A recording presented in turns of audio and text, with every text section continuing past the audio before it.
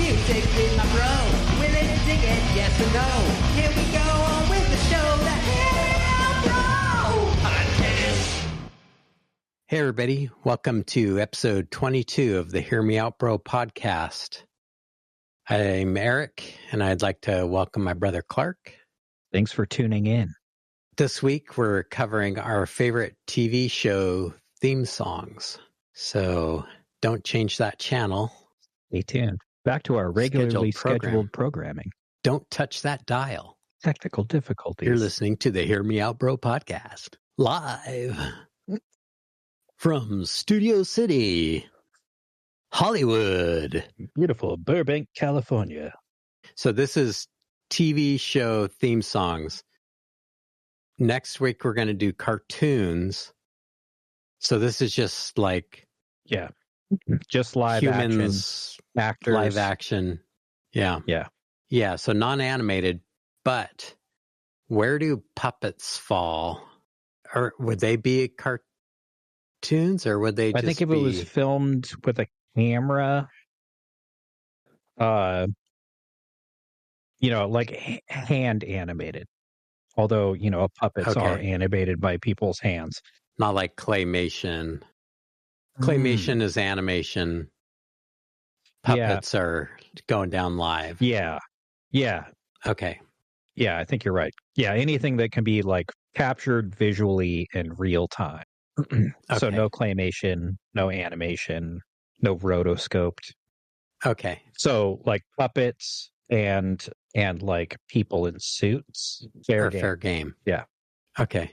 Now, did you pick based on how much you like the themes musically, or how much you like the shows, or a little bit of both? A little bit of both. There were some of the other factors were like, how hard does this theme song go? Like, does it get me excited for the show?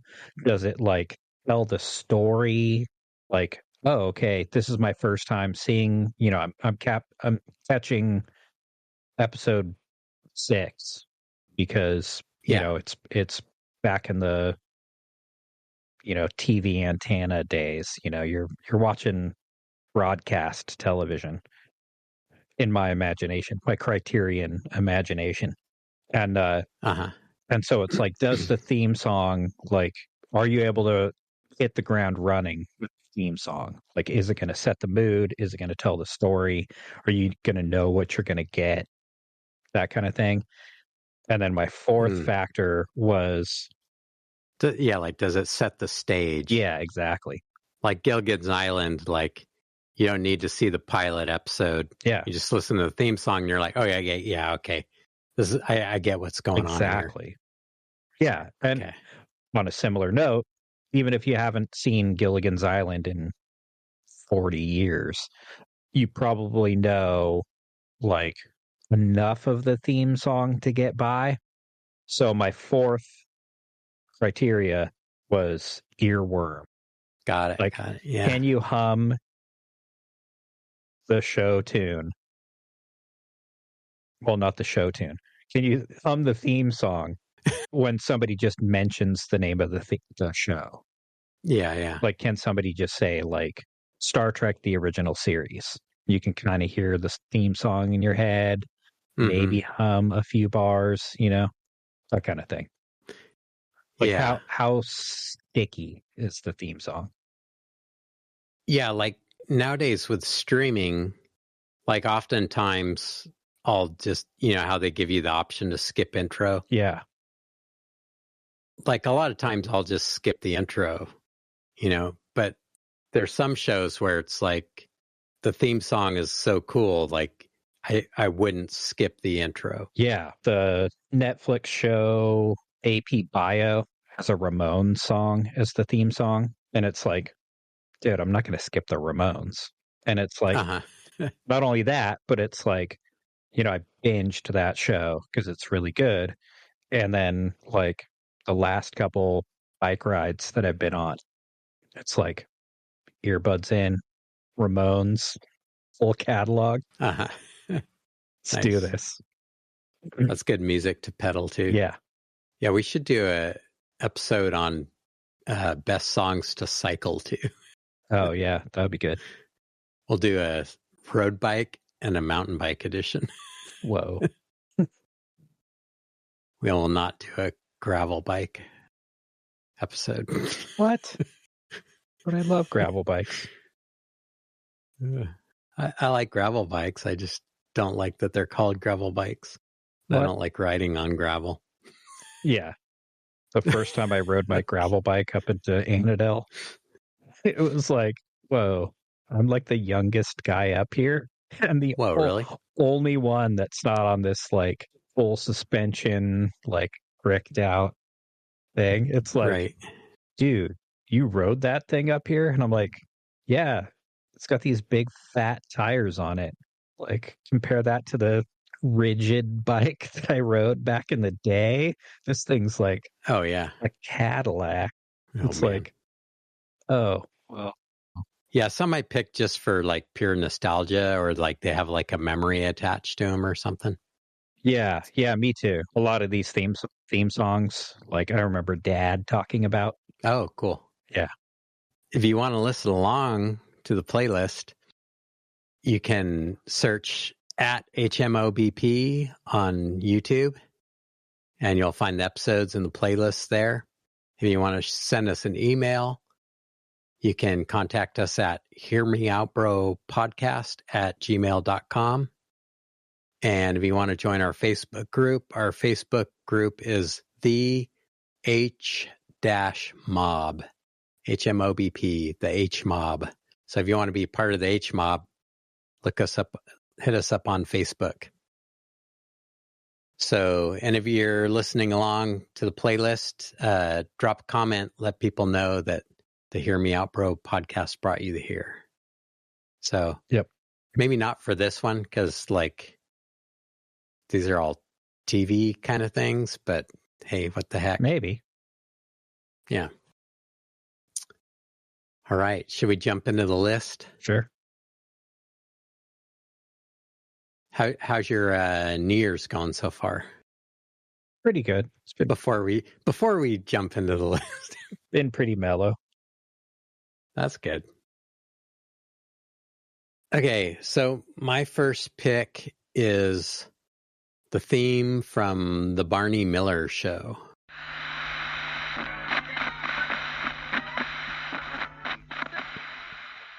All right, short but sweet. Yeah, so good. It has the best bass line of any TV theme song. Totally. I will die on that. Yeah, I still play that to like warm up if I'm playing bass. Yeah. Like when we were younger, me and my friend Mike, we were like, I don't know, early high school or late middle school. It's like, man, that bass line is so good. We like just tried to figure it out by ear, and yeah, it's not easy to play either. No. But it's just so cool and smooth.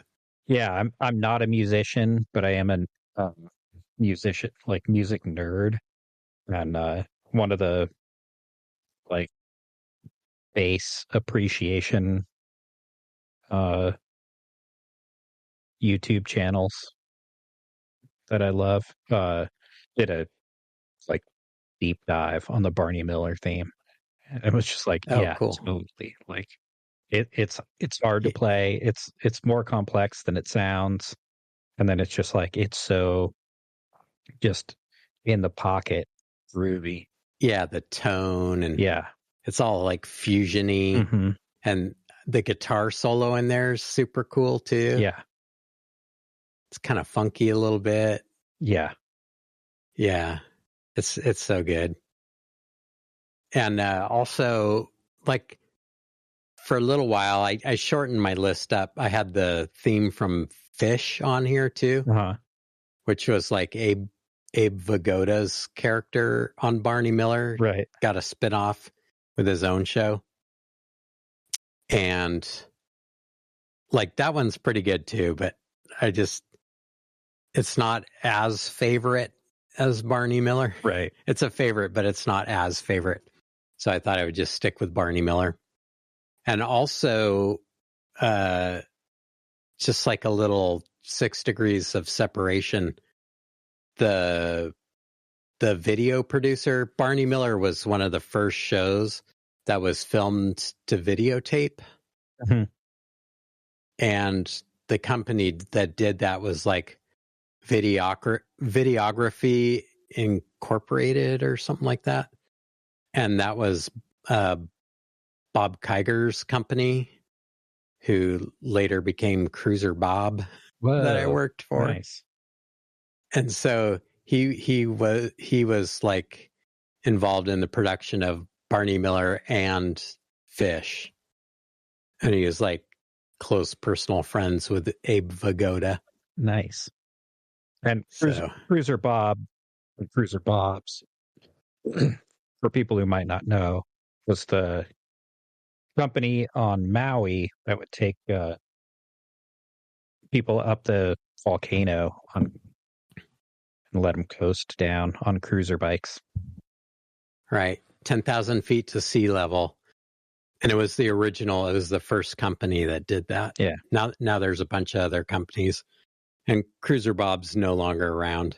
Well, Cruiser Bob is around, but Cruiser Bob's is no longer around. He's retired. Yeah.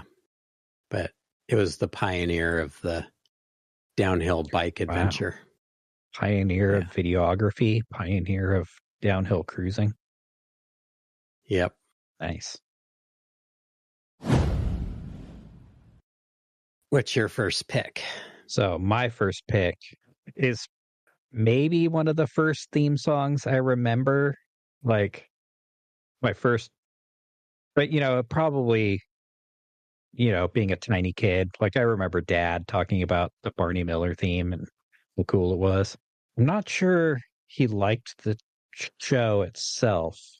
Maybe he did, but like when I tried to get him to watch Firefly, he still had beef with Ron Glass for some reason because of Barney Miller. So I'm not familiar with his character on the show, but he was just like, yeah, I can't like that guy. It's like, not what? a fan. Huh. But he's Bishop. Or what's his name? Shepherd Book. Shepherd Book, yeah. Not Bishop. Bishop's from Alien. Aliens. Jeez, man. Get your space movies right. I'm losing all my nerd cred. So, my next pick is probably the first theme song I remember liking as a kid, like without any other influence of like, hey, kid, check this out, or like, that kind of thing. But it was just like, whoa, this is something different. And I remember it was just like, it hypes you up for the show so much. So this is the Chips intro.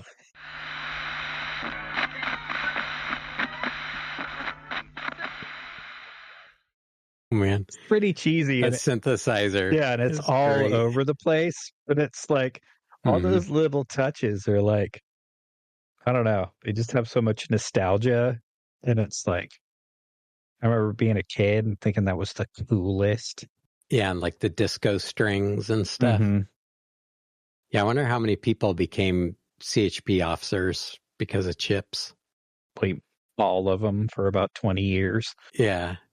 It's like recruiters, like recruiting genius. Yeah. Man. It's like have two of the most charismatic characters, like doing good. And not only did Chips have really good theme music, but they had really good music like in the episodes of the show. Totally.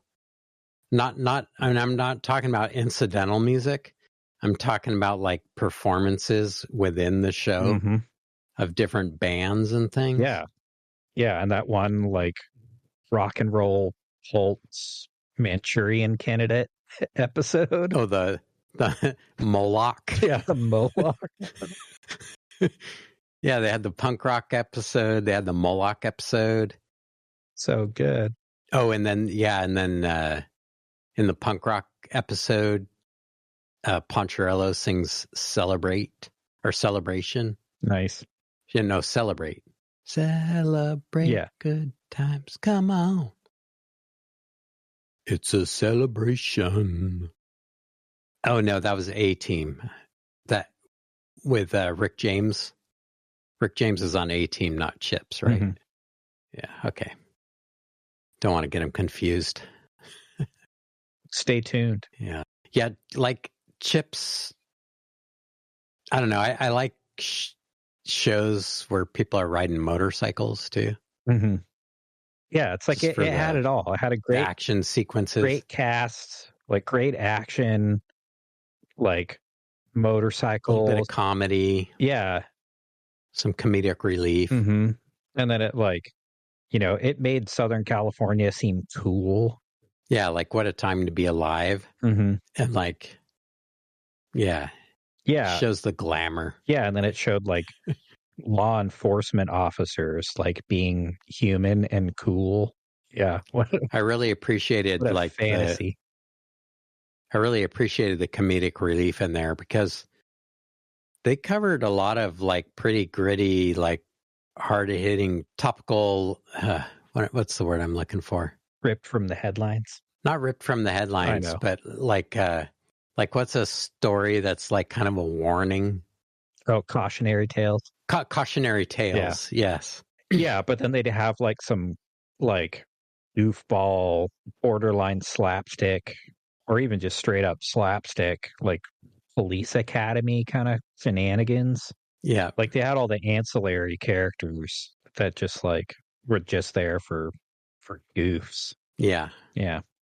Yeah. And I don't know if I should admit or not that I do appreciate shows before the whole HR, sexual harassment in the workplace kind of stuff. Oh, yeah. We're the one token female police officer is super hot and then just constantly getting flirted with and stuff. Yeah, stuff like that doesn't fly these days. It doesn't fly these days, and it for good reason. It kind of does. But it's just the 80s, man. 70s and 80s, it was a different time. All right. Dang with the one word titles and with transportation and wheels. Mm-hmm. This next one is, I'm just going to say the show title because I don't want to say the theme for the TV show every time because this is TV show themes. Yeah. So we all know. This is Taxi.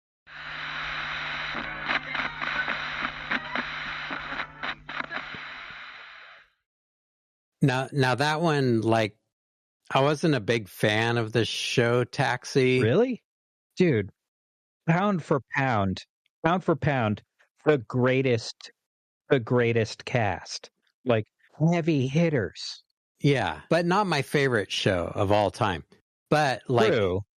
But it's and the theme doesn't tie into the show that much. Tony Danza is the weak link, and it's Tony frickin' Danza. What I'm getting at is that man, to me, it's a good theme. Yeah. It's winsome. Mm-hmm. It's reflective. But to me, the reason I like that is I just like it musically because there's some interesting chord changes in there. Yeah. And it's well crafted and well written. Mm-hmm. Has a little melody, that's memorable. It's just I appreciate it more musically than any kind of nostalgic tie-in or oh, well, this really sets off the show. Even though it kind of does both those things, right. I appreciate it more just as a musical statement. Right. Yeah. Okay. Yeah. That's cool. Yeah. Some cool Fender Rhodes piano and stuff in there. Mm-hmm. Yeah. My next pick is kind of the opposite musically. I mean, musically, it's great, but it's purely just its connection to the show and how great the show was. Yeah. Yeah. Well, yeah. A lot of your picks, I almost picked. Uh-huh. But I know I got to the playlist first and wanted to leave a little meat on the bone. Well, I think I would have been fine, and it would have just been like, oh yeah, that was one of my picks too, so it would have been fine. And then like I ended up with about 6 more songs than you did, so oh wow, yeah, there was plenty of meat. I made some sausage left over at the end of the playlist. So my next pick is the Cheers theme song.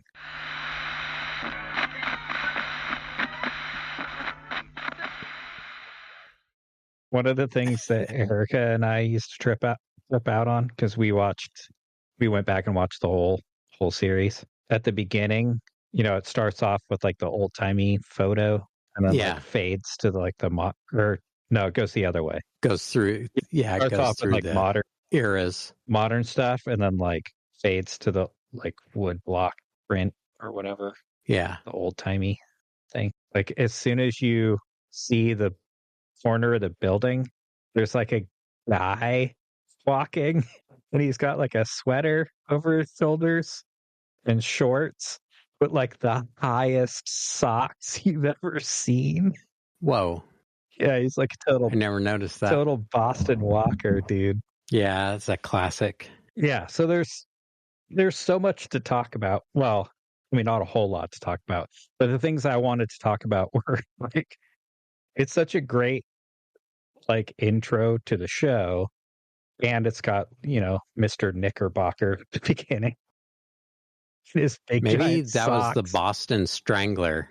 Maybe. And he would strangle people with his socks. With his big That's why he needed them so long. Tube socks, maybe. Actually, I wouldn't even call those socks. I would probably call those stockings. Probably. Yeah. And then like the old timey photos, like I remember Dad, like the 3 guys in the last photo, and they're holding up their beer glasses, and like they have the very very smug looks on their faces, and like Dad hated that. Why? I don't know. They're just like, hey, look at us, look how cool we are. And it's like, Dad, come on. Like, they are pretty cool. Oh man. But so like, great show, great theme song. And one of the shows we'll talk about next week, the cartoon episode, Adventure Time. There was an episode, because I don't know if you're familiar with Adventure Time. It's like, yeah, it's a fantastic show, but it takes place in like this post-apocalyptic world. And there's a flashback episode where 2 characters that have been around since the apocalypse, that were like survivors of the apocalypse, the Mushroom Wars, are like surviving together, and like it's this little girl and this old dude, and like the old dude is like losing touch with reality, and like one of the games they play,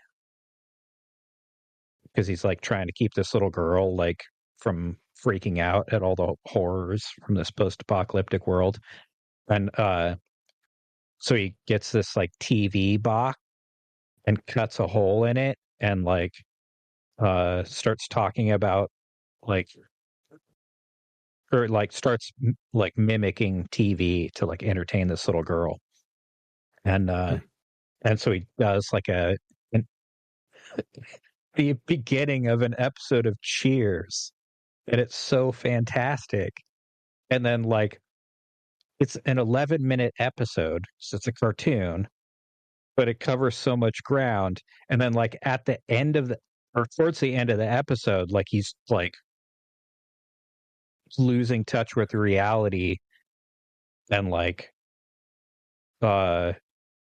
he like starts singing the Cheers theme song in order to like re-ground himself and become himself again, and like remember his own name. And it's like, it adds all this like meaning into the theme song and the episode, and it's just like it's incredible. And it's like, Oh this is man, a that's cartoon cool. for kids. Well, yeah, Like, I mean, it is more than that. it It's is pretty more deep. than that, but it's like, it's a cartoon. And Right. and the Cheers theme. And it's like, it's making me look at the world, like Sanity and the Cheers theme. Like, all of I really the deeper level. like shows like I really like shows like that you can appreciate on like multiple levels. You know, like especially, you know, like when my kids were younger, like shows that my kids would enjoy that I could also enjoy. Right. You know, that like wouldn't drive me crazy. And I'm not talking about like, you know, the like DreamWorks or Pixar stuff where like they put in some like sexual innuendos for the adults that goes over the kids' heads, but like stuff that's like actually deep. Yeah. Like High kids can concept grasp stuff. that Yeah. stuff too. Yeah. So it's like, share your kids' quality programming instead of just like noise that like slips in some adult content that's going to go over their heads. Right. Like, there's shows out there like Adventure Time that, they're like, for the same reason I imagine people take ayahuasca or something. Yeah. You could just watch Adventure Time. Yeah. Or what's the synthetic version? Like the synthetic version of that is like one of the only psychedelics that I've ever like I like been curious about. Yeah. I like the idea of ayahuasca, but like, no, I don't want to like puke for like 3 hours in order to have that experience.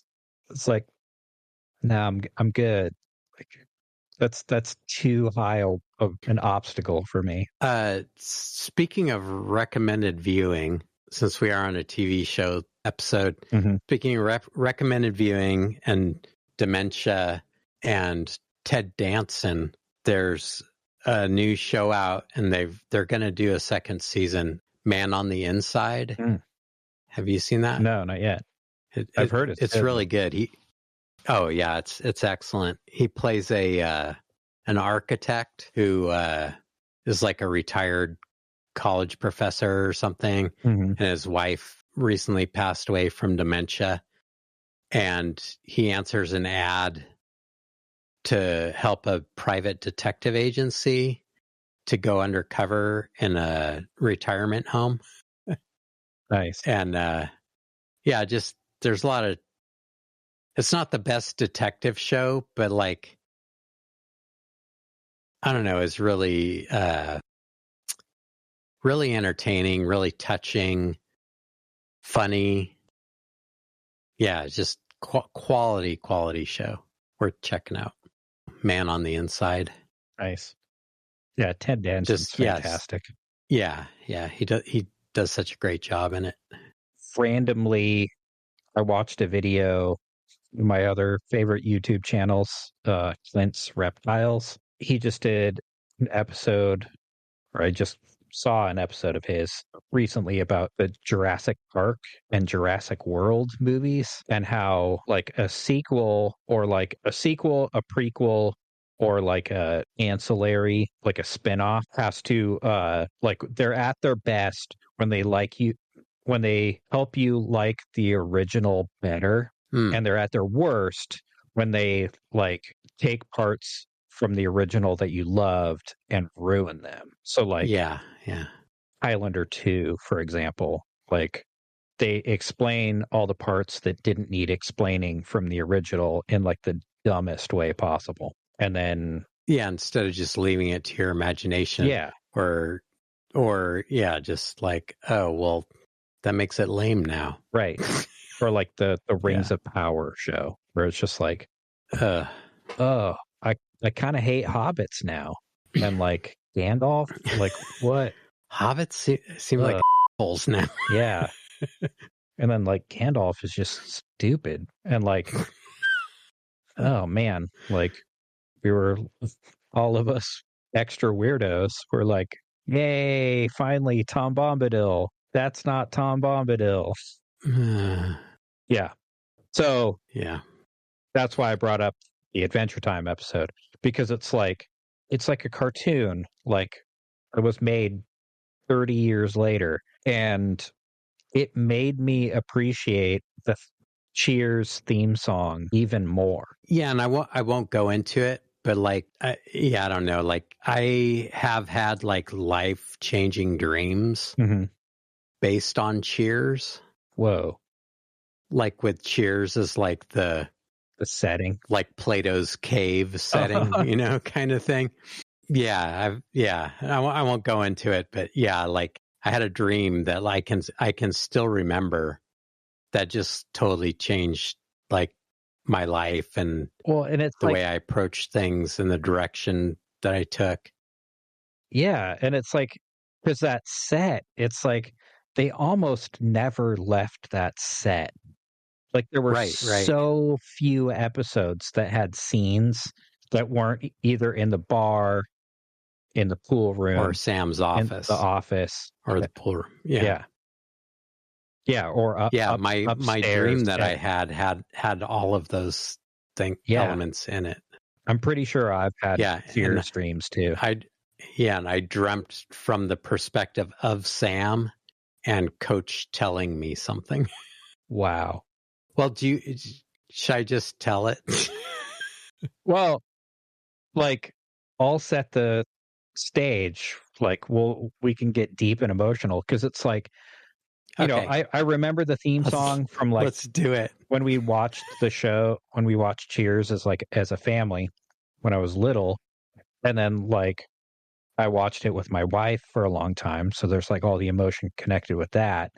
And then this Adventure Time episode where it's like Simon and Marceline and like their connection and like all of that. And so it's like now I can't hear that song and not get misty-eyed. Yeah. But it's just like there's so much emotional meaning to this theme song from a sitcom. Yeah, in my dream, I was Sam, and I was working behind the bar, and Sam didn't drink. Mm-hmm. And there was a point in my life where, actually, we already talked about Bob Kiger, but when I moved to Maui to get out of Sonoma County, because I just didn't like a lot of what was going on in Sonoma County in the 90s. Right. And I just kind of wanted to change my life, but I needed to get away from like that whole environment. Mm-hmm. And I had a dream that I was Sam Malone, so I didn't drink. And there was a basket under the bar, and this basket could serve everyone that came into the bar. You could have a fully functioning bar. And then, like I'd run out of bottles of wine or beer or whatever, go back into the office and fill the bucket back up. And then when I opened the door, there was like not that many bottles in there, but it's like you can have just a few things in your life. And then, Coach told me that like you can have a few things in your life and it operates the same as if you had all of that in your life. Like you just need to like get rid of all of it. And it was kind of like an allegory of like, then I had the dream again and I went back to the storeroom in the office and it was empty. There was no bottles in there. So it was kind of like, I don't know, having all your sins forgiven or whatever kind of interesting parallel. And so like, you can still hang on to a few things in your life, and that's enough to just like have the bar open, basically. So I don't know. That was the weird dream that just like made it sink into my head that like, no, if you want to change your life, you need to like get rid of all that stuff. Right. And just like, do something different. So thanks, Coach. Yeah. Yeah. Coach was one of the greatest characters on TV ever. Do you have any Cliff / mailman insights? Well, other than a lot of people like look at him like, oh, what a dork or whatever, but it's like, no, he's one of the coolest guys on the show. well, there's that, and then like there were several like tonal changes, like when why am I blanking on her name? When Diane left, and then like when Kirstie Alley came, like it was still a good show, but like the characters all changed. Like there were new writers, and like I think there were new writers. There must have been new writers because like everything changed. Like Sam's whole demeanor kind of changed, and like there was kind of like a, you know, like he lost business and she bought it, and then like Sam came back and was like a different character. Like it was a different Sam Malone. And yeah, just a mouthpiece to deliver the wisecracks or something. Yeah, there was a little less. I mean, it was still a really funny show and still a lot of heart. But yeah, it was different. And so a lot of the other characters changed too. And so like Cliff changed from being like the random trivia guy that it was just like, how does he know that? To being like kind of like they all kind of changed into buffoons. And so it's not as good later on. It's still really good, but like it's not like the first few seasons. And yeah.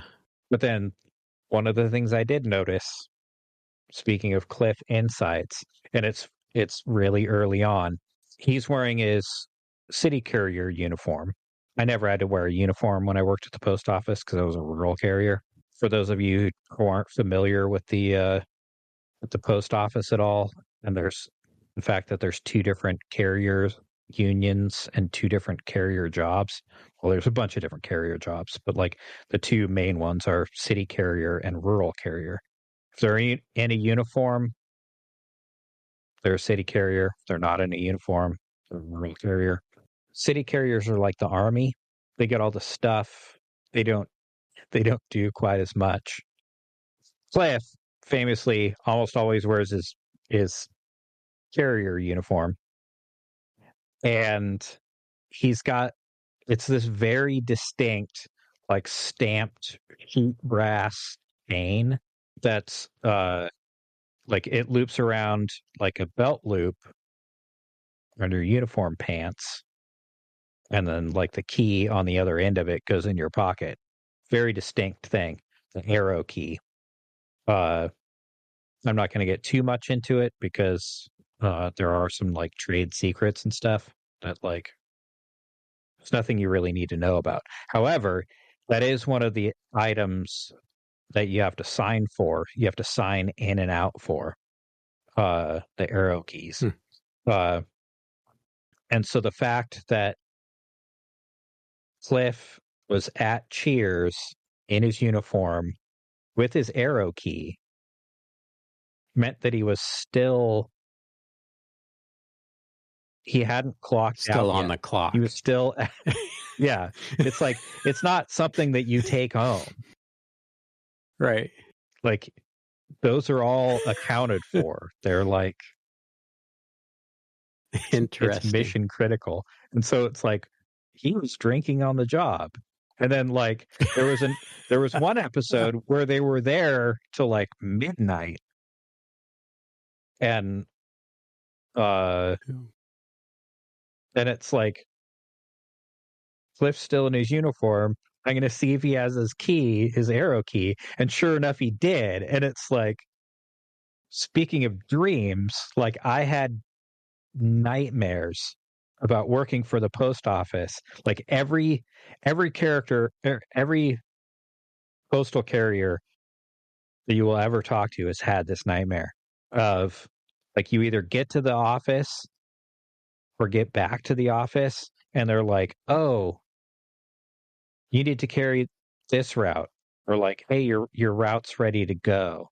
And it's like, that's not how the post office works at all. Like carriers sort the mail for their route most of the time. But like for whatever reason, it's like the sun's going down and you haven't started your route yet. Oh, And man. so it's like it triggered me so hard. But it was like on the one hand, I'm looking to see if like Cliff's still on the clock, and the other one, looking and like, dude probably still has like half his route to go. It's midnight. Oh, I'm man. gonna go cry. Yeah, that's like the high school dream where like yeah, the bell rings and you can't remember where your locker is or what your class schedule is. mm-hmm. Yeah. Or you like didn't study for the test and you're in your underwear. Yeah, Yeah. you're there for the test, but like you don't have a pencil or your pencil lead keeps Yeah. breaking. And you don't, yeah. Yeah. Yeah, those are the worst. The sundown full route to go dreams Oh, man. are the, That's bad. yeah,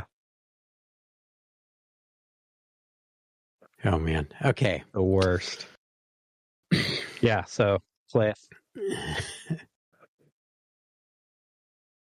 And it's like every postal carrier that's over a certain age also has like a place in their heart for Cliff Clavin. Like, you know, he was a buffoon towards the end of the episode, but like, yeah, he did the postal service proud. And like Cliff Clavin. There's actually a really cool episode where he's like dating this girl that he really likes, and she's super cool, but like he screws up, and like Cliff's like, "Hey, I swore an oath. Like the post office comes first." Like I think she also works at the post office, and he's like, "Look, I really like you, but like you got to take the fall on this one." Oh, man. Yeah, it's pretty cool. Yeah, so Cliff Clavin and mail carriers everywhere here at the Hear Me Out Bro podcast, we salute you. Yeah. Okay. So good. This next pick is Peter Gunn.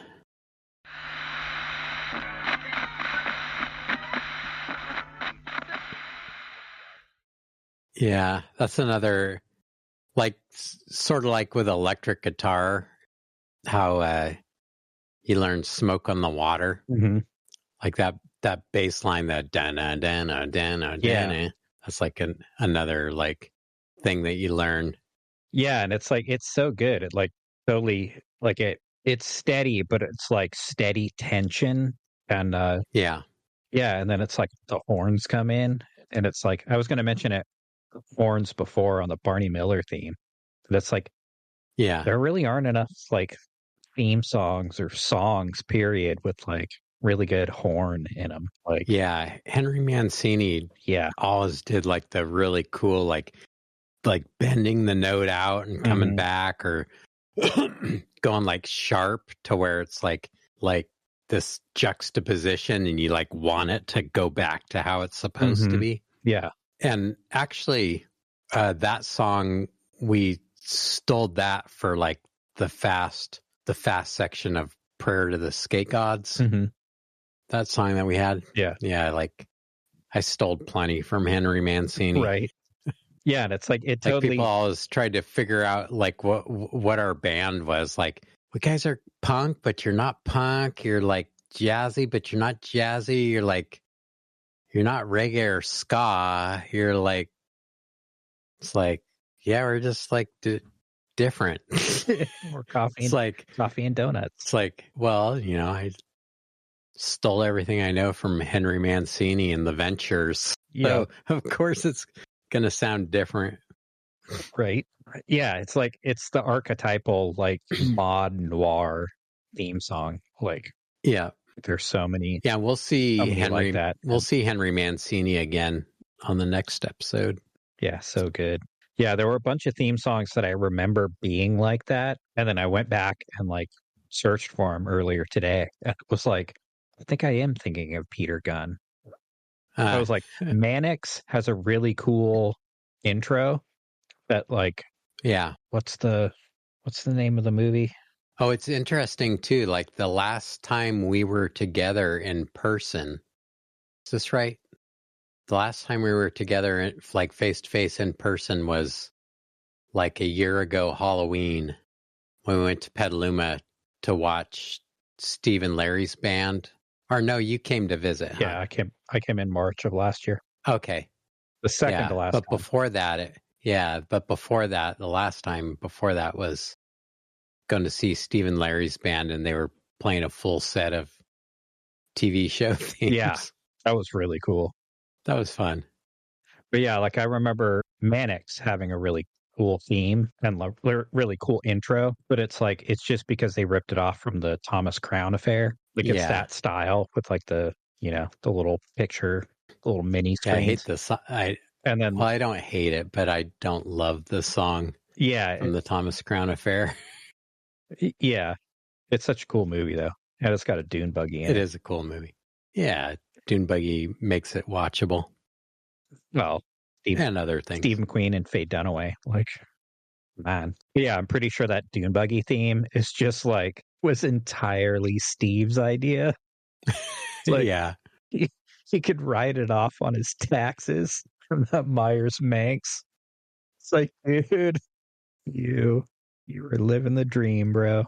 Yeah, there were a bunch of theme songs that I thought were going to be like, oh yeah, like I remember, yeah. It's like, no, that's Peter Gunn.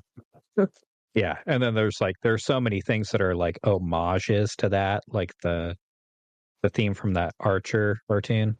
Oh, right. It's totally. Yeah, it's kind of the spy thing. Yeah. And I mean, and like James Bond theme is pretty kind of right in there too. Yeah. Jazzy espionage. Mm-hmm. Tension, drama, intrigue, romance. Wait, are you introducing the Love Boat theme next? Yes. No. That came up when I like that one. I almost put it on the list, but it's a little too disco for me.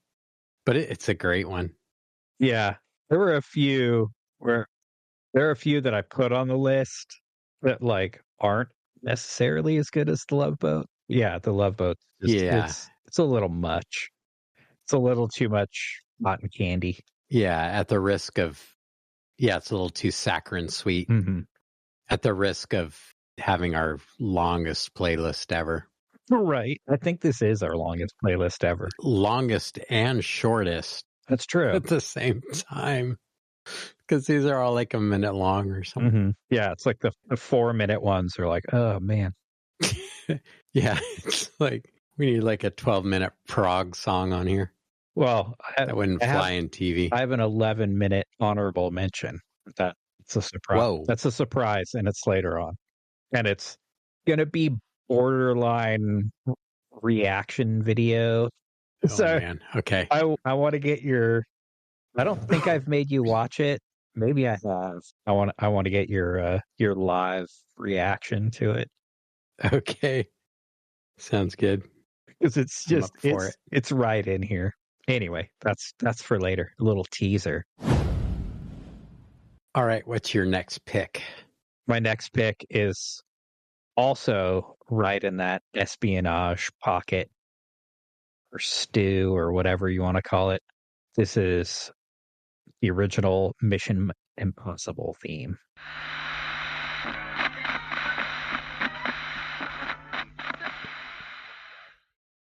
It's also got the outro, but the outro's not as good.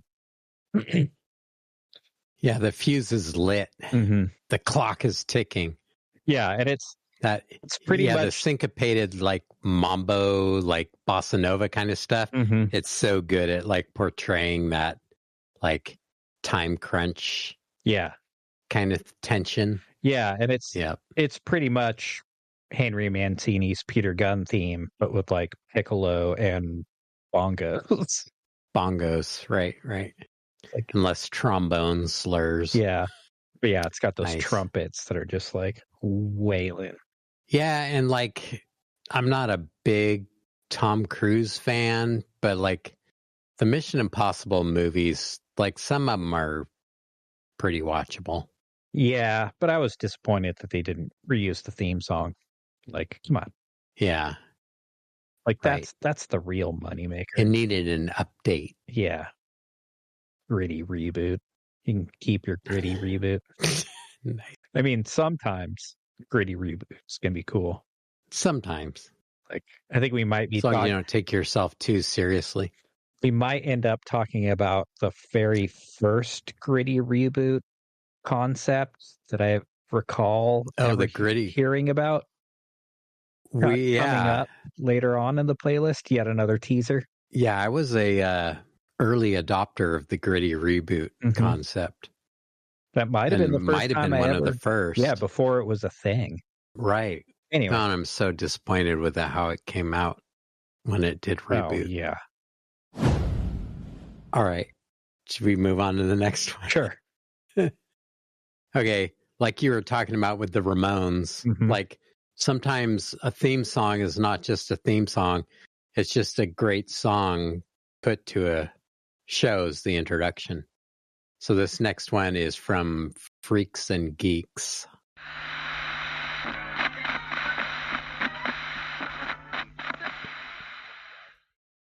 So that's one of the ones where you don't hit the skip intro button when you're streaming. Oh, totally.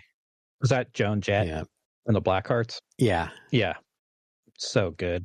Yeah, not much to add to that. I mean, that's a fun show. It just, I don't know, it's kind of nostalgic if you grew up back then. And nostalgic if you grew up back then, but like Taxi, it's like, what a freaking cast Freaks and Geeks thing. Yeah. Like everybody in that show was like at the very beginning of their career and comedic geniuses. Like everybody that's been on that show has been in a ton of other stuff. Like yeah, that show was bottled lightning.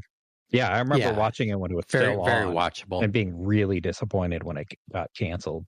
Yeah, it seems like that's a common theme with shows that I like. They just kind of like have to do the abrupt ending or whatever. Yeah, it's like, and then like meanwhile, these other lame shows have like 14 seasons or something. Yeah, networks. Come on. Yeah. Speaking of Firefly. Good. Yeah, exactly. Firefly syndrome. Mm-hmm. Yeah, and like, dude, baby Martin Starr. Martin Starr is one of my favorite comedic actors of all time. Like, I will watch anything that guy is in. He is so funny. Like, did you ever watch Silicon Valley? No. You should watch it. Is it good? Yeah, it's Mike Judge. Okay, I'll have to look that one up. It's really good. Okay, what's your next pick? So, my next pick, yet again, it's just like, it's also just a good song. And it's such a good song that it was like, oh, it turns out I do kind of like that artist. I thought I didn't like that artist. I like some of that artist, but I also strongly dislike some of that artist. Me too. But like this album is pretty good. The album this song is on is pretty good. It's all listenable. And then this song is just like, it's great. Yeah, like what you were talking about with Dad, with the guy from Barney Miller. It's like Ron Glass. Yeah, like Dad was hot or cold. You know, he was never lukewarm on anything. And like, I don't know, on this next artist, I'm either hot or cold. Yeah, same. But then, to be fair, Dad was never that cold. He was just like, he either really liked something or was just disinterested or just like, I don't like it, I'm just not gonna waste time with it. Yeah. So that's one of the things that I've tried to adopt in my life. Like one of the core tenets of this show is just like, I mean, if I don't like it, it's not worth talking about. Right. Like I'm not going to say anything bad about it because like somebody else might like it. So it's just like I'm not going to be mean. I'm still going to be kind. But this one is worth talking about. Yeah. There'll be another little like TV show tie-in. Yeah. So I remember the show and I remember the theme song. And like, I don't know, 6 years ago, I was driving home from work and it was like totally nice summer afternoon. I got off work fairly early and I was just like excited to come home. and was listening to the radio, and this song came on, and it was just like, yeah, it's just like, it's such a good feel good song. And then I was like, wait, that's Billy Joel. Like, I didn't know it was a Billy Joel song. And it's like, but I hate Billy Joel. I'm not supposed to like Billy Joel. Yeah. But it's like, wait, what if I've been wrong this whole time? And it's like, okay, yeah, there's a bunch of his stuff that I'm not that into, but it's like, yeah, this album rips, man. This song's yeah. great. Some songs for me that I don't know. They just don't start a fire. That, for instance, is one of them. Nice one, Dad. So this is Billy Joel, My Life. Just the theme song to Bosom Buddies. One of the dumbest sitcoms ever. But oh man. Like I've gotten to the point, I've seen enough interviews. I should save this for afterwards, after the song. But I've seen enough interviews with Tom Hanks, and when he talks about how much fun he had on that show, that was one of his first jobs. And he and the other co-star were just like they just started doing stuff that like the writers that like wasn't in the script. And they're just like, yeah, we want to be Buster Keaton. We want to do physical comedy. It's like they just like work out all the time and then just like goof around like off the show because they were pals and still are. And it was like, okay, like it's such a dumb show and it's so cheesy, lame, but it's like I love stuff where you can tell that people making it were having fun.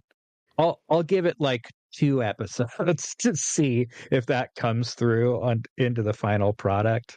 Anyway, I don't know. Yeah. Tom Hanks makes my skin crawl. Oh man, I like him. I can't handle that dude. Talk about things to not talk about. All right. Yeah. So anyway, My Life, Billy Joel, Bosom Buddies. Here we go.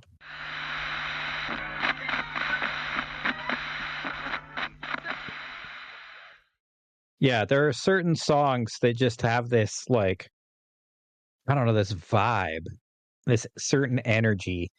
And like, you know how certain vibes or energy have like a token or like a symbol? Yeah. And so there are certain songs that just like, I don't know, maybe it's like my own special personal synesthesia, but when I hear certain songs, all I want to do is like be wearing jeans and have a bandana in my back pocket.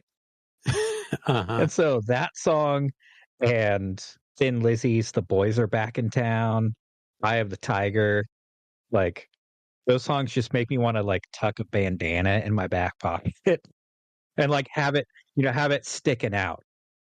Yeah.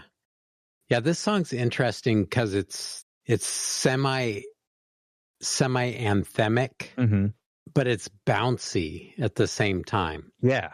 So it's like a bouncy anthem, which is pretty rare. Yeah, most anthems are like either like pensive, like a Frank Sinatra Did It My Way kind of thing, or reflective, or they're like very like bold and like statement. Yeah, this isn't like a fist pumper, like yeah, like it's not a battle cry anthem. It's more like a like strut down the street, like and giving people 10, like not high fives, but like like giving people 10.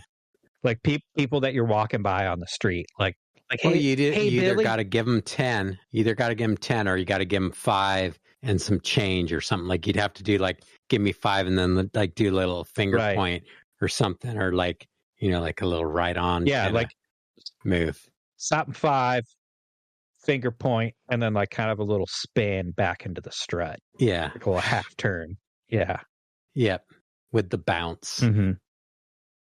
One of my least favorite movies or anything is Polar Express. What? Because not only is it like horrific and like a terrible story with like you don't have horrible like nightmare fuel. You don't have a winter cottage in the uncanny valley that you vacation at whenever it snows. You don't have season lift tickets to the uncanny valley ski resort. No, it's pure nightmare fuel from beginning to end. And I dislike Tom Hanks a lot. Mm-hmm.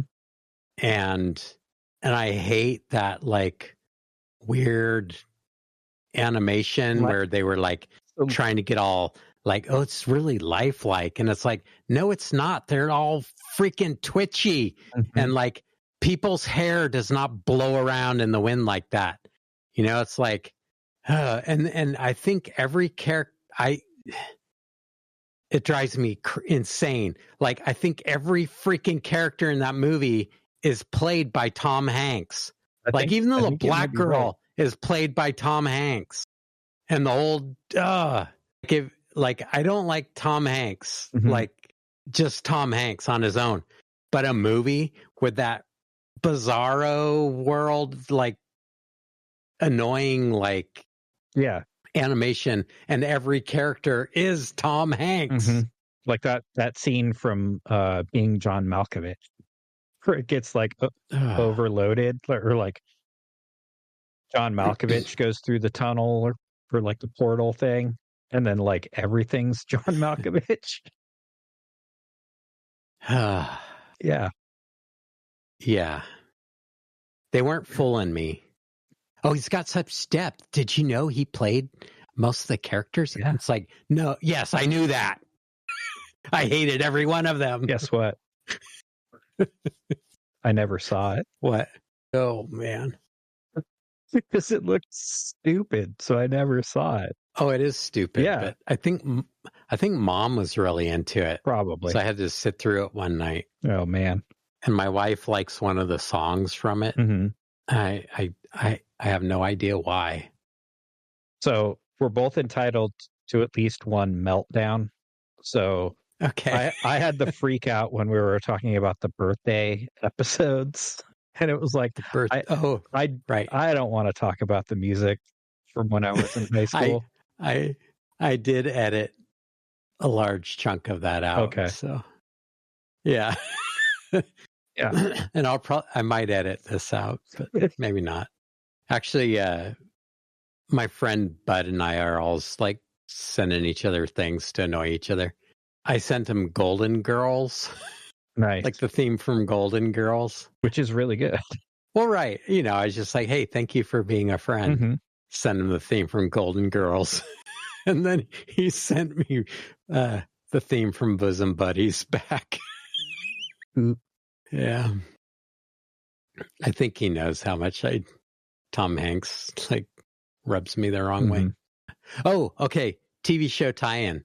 Oh. What about one show? What about made for TV movies? No. Okay, this is related to a TV show. Okay. And this is one show that I like the theme, okay, but it's one that I would always skip intro. It's Parks and Rec. And speaking of Parks and Rec, I love that they had Larry Gergich's wife as a Christy Brinkley. Yeah, that was like the best character development reveal maybe in TV history. Yeah, it's classic. Where it's just like he's such a sad sack the whole time. And then it's like they show his family life, like his non-work life. And it's just like totally idyllic and what? Stuff. Yeah. And I mean, famously, she married Billy Joel. That's true. So, like, there was a pre-runner to like the goofy oaf marrying the beautiful supermodel. Mm-hmm. So I wonder if there's like a parallel between her being married to Billy Joel and then her being married to Larry Gergich. Yeah, Mr. Gergich wasn't an alcoholic, though. That's true. He did play piano, though. That's true. All right. Any more to say about Billy Joel or Tom Hanks? Was he? Or was he? Oh. He's no Duke Silver, though.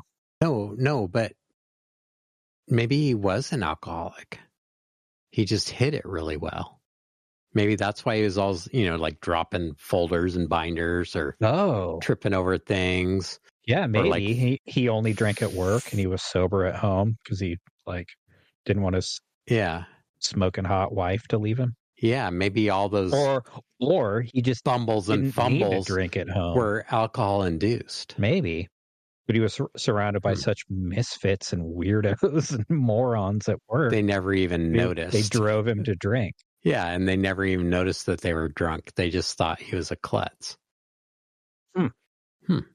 Tune into our TV show Conspiracy Theory podcast. Okay, this next song is... Oh, man. I thought this was going to be a short episode. No, we're not even halfway through. Okay, this next song is the Dukes of Hazzard.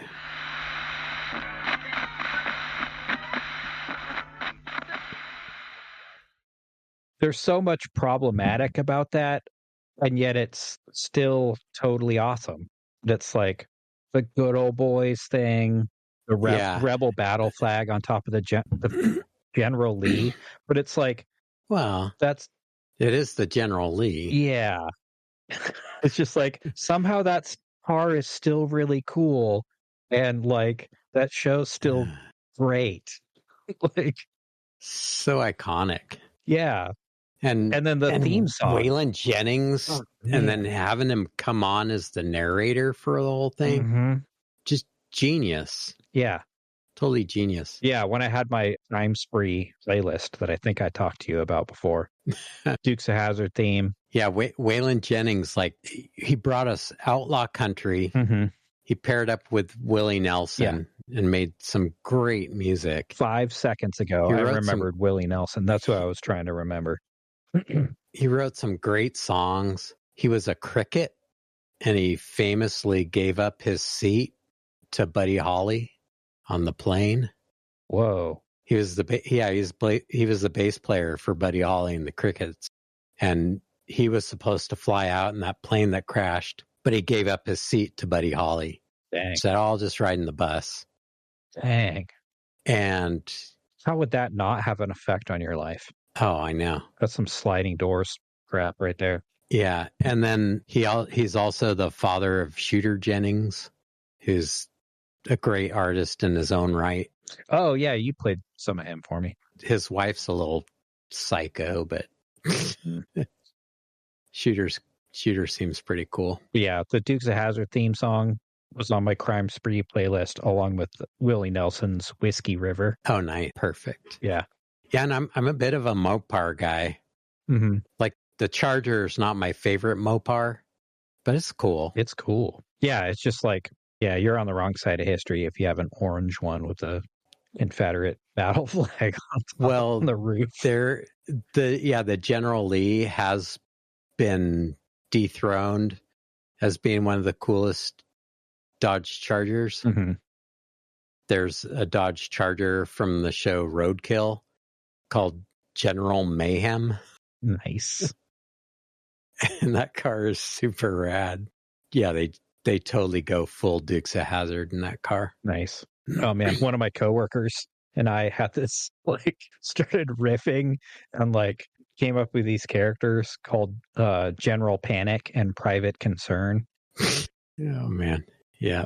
Would have been like a Gomer Pyle kind of thing. Should we delve a little bit into the gritty reboot of Dukes of Hazzard? If you want to. I mentioned it before, so unless you're going to cut it out.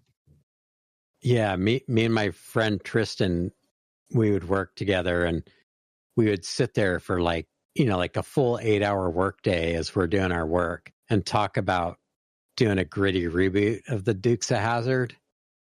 And we had all our characters picked out and, how the show was going to go and everything. Mm-hmm. And how we just fell short of writing a script and sending it to someone. Yeah, we had the original concept for the gritty reboot, and it was going to be Dukes of Hazzard.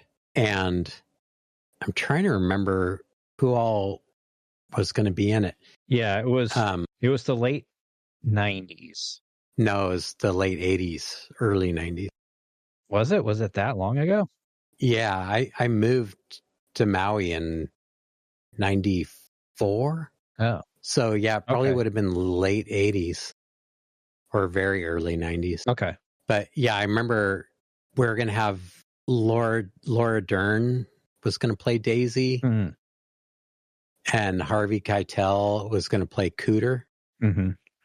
Wasn't Richard Dean? Or no. Richard Dean Stanton was going to be Uncle Jesse. Yeah, That's Richard the only Dean one I Stanton is remember. Uncle Jesse. And I can't remember who. I know one of the Duke brothers was going to be Clint Howard, but I can't remember who the other Duke boy was going to be. I don't know. That's enough on that. Yeah, the actual reboot we got was pretty disappointing. Yeah. Especially with the concept in your mind of like what it should have been. Mm-hmm. It's like, oh, well, now we can't reboot it. Right. Yeah, it's like, yeah, they ruined it. Well, that was also like 25 years ago, so we could probably reboot it. It could stand to be rebooted again. Yeah, just to wash that taste out of our collective mouths. Mm-hmm. I did want to talk about Hazard County and how like it'll come up again. We might talk about it, but like after speaking of good reboots, I guess we weren't speaking of good reboots, but an example of a good reboot was and it'll tie into my next pick. So Many Connections, Battlestar Galactica, a reboot of that. Fantastic show. Again, had budgetary problems, got canceled, etc. But so I was like, oh man, yeah, like I love all the changes they made, but I still have a lot of nostalgia for the original. Went back and watched the original, and it's like, oh man, like as much as I love Star Wars and the Star Wars aesthetic, it was like even more of my like sci-fi aesthetic was from certain episodes of the original Battlestar Galactica, where it was like, oh yeah, here's this like little adobe cottage on some backlot, Universal Studios backlot that was used in like Gunsmoke or what have you. And we're just going to like stick some sci-fi bits on it. It's like this frontier world. And it's like that mashup of like old and sci-fi is just like, that's my sweet spot.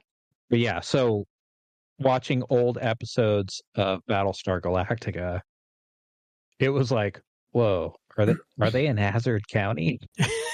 It's like, well, I've never been to Mississippi or wherever Dukes of Hazzard was supposed to be, but it seems like the A-Team and MacGyver and every other show. Yeah, it's all those oaks and like, you know, the rolling ranch lands outside of LA somewhere. Yeah, it's like Barstow area or something. Like, hey, look, it's Hazard County. Oh man, yeah. There are so many episodes of like Star Trek. Like they always went out to those rocks, those famous rocks. Oh, right. But it's like there are so many episodes of like Next Generation and stuff where they're like, you know, out in the woods somewhere, and it's like, or they're like on the holodeck, like encountering Robin Hood or something. It's like, oh man, dude, it's Hazard County. Yeah, there was a lot of that on A-Team. Yeah, that Okie ranch land. So my next pick, because Dukes of Hazzard was definitely one of my picks. I saw you already had it on here. So the A-Team theme is my next pick.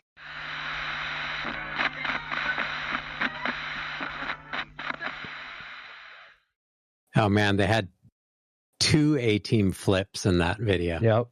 Yeah, every episode they'd have a Jeep do that little half roll jump thing. Yeah, those are probably leftover ramps from Dukes of Hazzard. Probably. or the same ramps.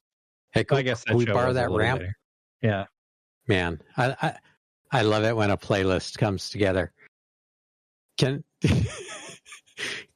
I add one more? Sure. Yeah, I forgot about the Magnum PI theme. I saw the Magnum PI theme come up when I was searching for other stuff. Yeah. Like that little like AOR rock guitar interlude. You know, it's like everybody wanted a little piece of Eye of the Tiger. Mm-hmm. So they all put the little rocking guitar and the themes, the action themes. A-Team's got like the brassy, like military kind of like, I don't know, little snare drum. Yeah. And like the tympanic trumpets and stuff. It's all kind of, but then the like,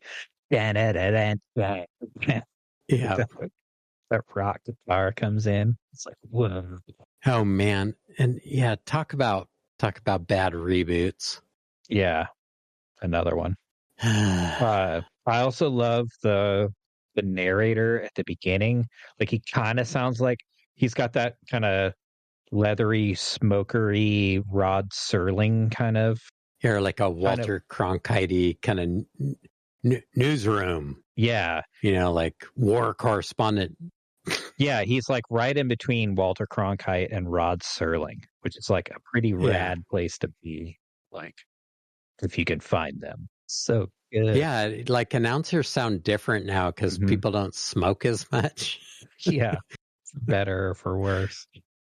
Yeah, like having kids growing up, like I always wanted to share the stuff I remembered with them, you know?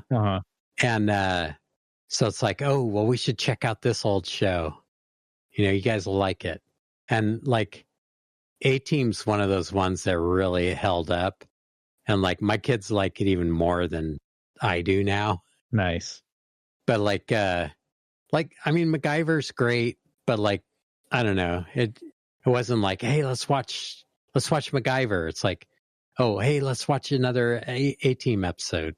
Yeah, it's kind of like, there's something about having a team. Yeah. Like not just having an ensemble cast, but like a team of characters that like working together. And like seeing what kind of like weird armored vehicle they're going to cobble together. Yeah. Is a lot more interesting than seeing like what kind of paperclip fire extinguisher rocket thing MacGyver's going to cobble together. Right. To get out of some like dubious situation that a normal person would never end up in. Right. But then similarly, it's like, how can we take out all these bad guys non-lethally? Right. Like, yeah. I remember one episode, the A-Team, they were like at a scrapyard or like, it wasn't really even a scrapyard. It was like one of those outdoor building supply places. I remember they made all these like air cannon things to shoot like healer cores off of the forklift because they had like 45 minutes before they knew the bad guys were going to show up. Oh man. It's like, dude, you just launched like this healer core and like hit a guy square in the chest. Out of this like air cannon. That's like, dude, that would have killed the guy. Yeah, they didn't mess around. Yeah. It's like that would have been worse than just shooting him. So this next theme is from another show that my kids liked when we revisited it. Mm-hmm. And they do have probably the definitive Dungeons and Dragons Satanic Panic episode. Oh, for sure. Yeah. So this is the intro to the Greatest American Hero.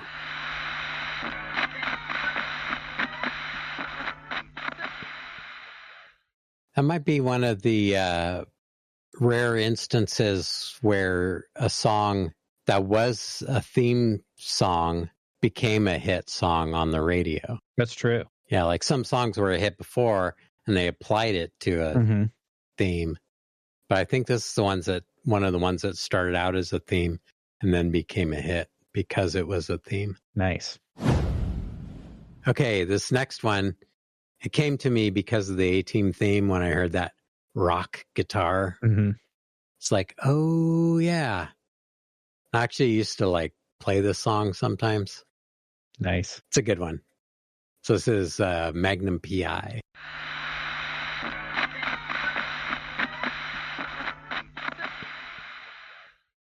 Yeah. Another show that holds up. Yeah, Tom Selleck is so rad. Yeah. Did you ever watch any of the Jess Stone movies? Mm-mm. Oh, they're really good. There's a whole series of ones where he plays like a retired cop guy and solves all these. Or no, maybe he is still a cop. He like moves to a small town from the big city to get away from his past. Right. The crime does not stay in the big city. Mm-hmm. Yeah, really good ones. They're I would recommend them. They're kind of a slow burn. But A lot of cool visual stuff. a lot of cool visual stuff. But yeah, like Tom Selleck is just like, he's made out of charisma.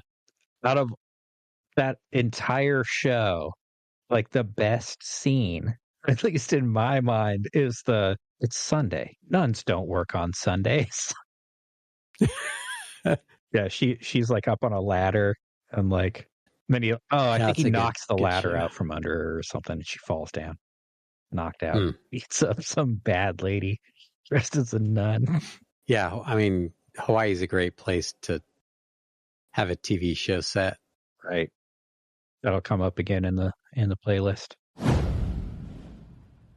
Most of our listeners probably were alive in the 80s, but if you weren't, I know at least one listener who wasn't alive in the 80s or was a little kid in the 80s anyway.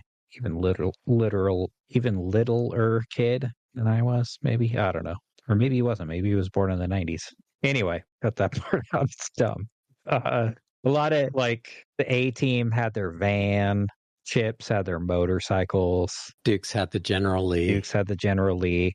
Magnum had his Ferrari. Like a lot of 80s shows. Rockford had his Firebird. Yeah. Starsky and Hutch had their Gran Torino or whatever that thing was. Yeah, it was a Gran Torino. Yeah, with that sweet racing stripe. The swoop. Hockey stick. A lot of 80s TV shows had to have a car in them. Like a car that was like kind of a secondary character. Yeah, almost became its own character. Yeah. And so my next pick. The natural evolution of that. Is to give the car its own lines. Yep. So next pick is Knight Rider.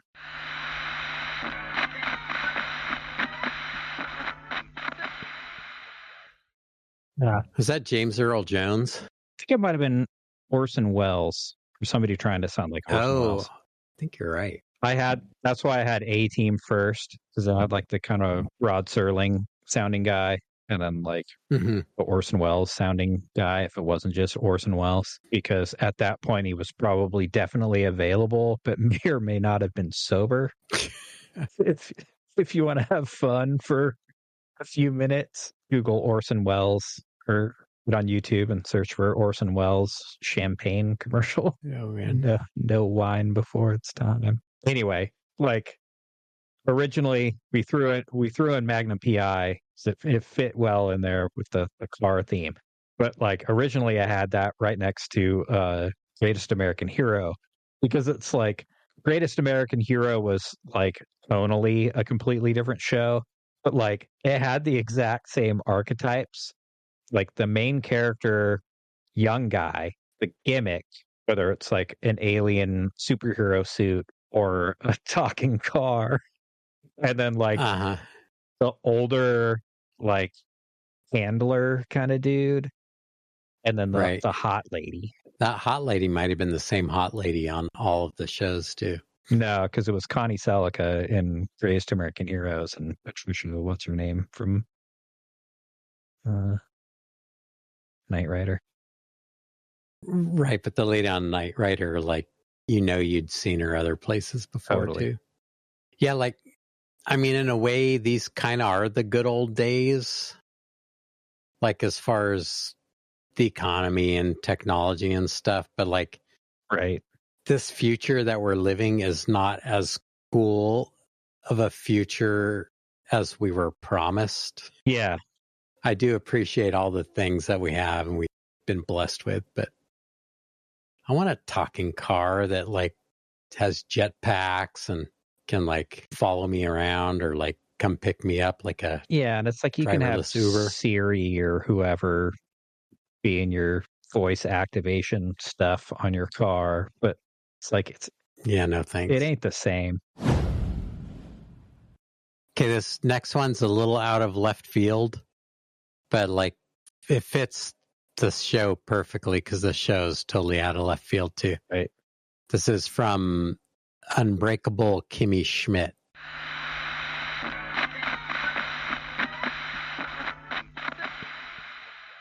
Yeah. Short but sweet, but like, yeah, like that was one of the shows I would never skip the intro on just because it's so like catchy and like inventive and stupid and Yeah. And it's like it's such a fun premise for a show. And then like the theme song was like a viral video that was of like, colorful local interviewed by the news and like auto-tuned remix. Yeah. right. It was like it was the zeitgeist for a while. Yeah, so of the time and everything. Yeah. Yeah, like the whole I don't know, the whole polygamous thing is like one of the things like we like watching on TV and stuff. I not like a bunch of that stuff, but like I don't know. Every once in a while it's like I don't know, like I'm pretty weird, but it's nice to know that there's other people out there that are weirder than you are. Mm-hmm. And they totally nailed that, like Warren Jeffs, like Totally type outfits that the ladies were wearing in that show. Erin on The Office was such a cool character. It was like fun to see her like kind of get her own show and like yeah, she's so likable. Continue that. That's all I have on that one. Nice. Short and sweet and stupid. So I'll have my comments reflect the same. Well, mine, like, I don't know. Like, I tried watching the show again, like, I don't know, 10 or 15 years ago. And it's like, I don't know. It's a little dry. It's dry. Like, I remember mom telling me one time, like, that this is my understanding of, or how I, like, encapsulate the impact that Star Wars had on the world.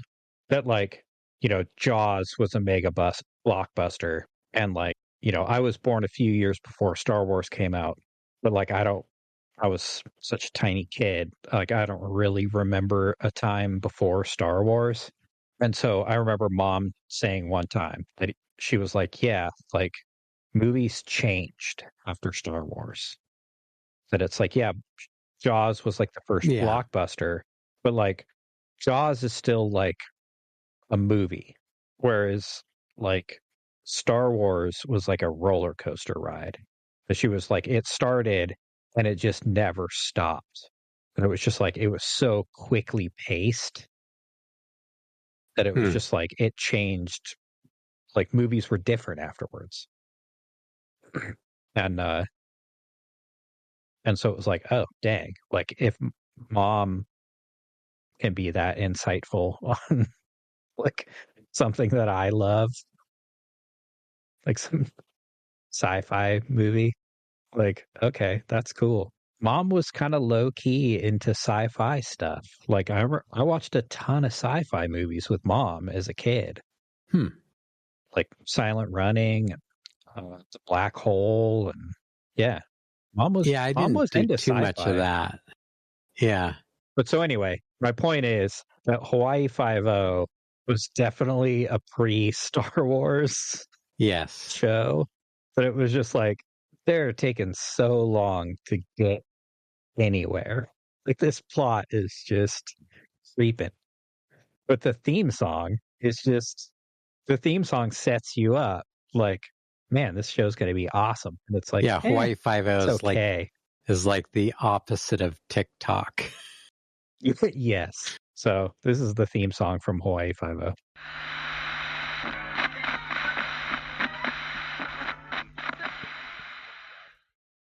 Yeah, classic. Yep. Yeah, it's like the show's kind of a letdown after that. So yeah, that theme song was it's kind of right in the pocket with the like Peter Gunn and Mission Impossible. It's got that kind of vibe. But then it also kind of has like a little, I don't know, like a little go-go dancery-ness to it too. Yeah. It's got a little more swing to it. Yeah. And then like musically, I thought it fit pretty well with your next pick. So if you don't have anything else to say about Hawaii Five-O, we can slide right in. Okay, so my next pick, this show has not just one, but two of my favorite theme songs. Nice. So they changed it after the first season, but this is Lost in Space.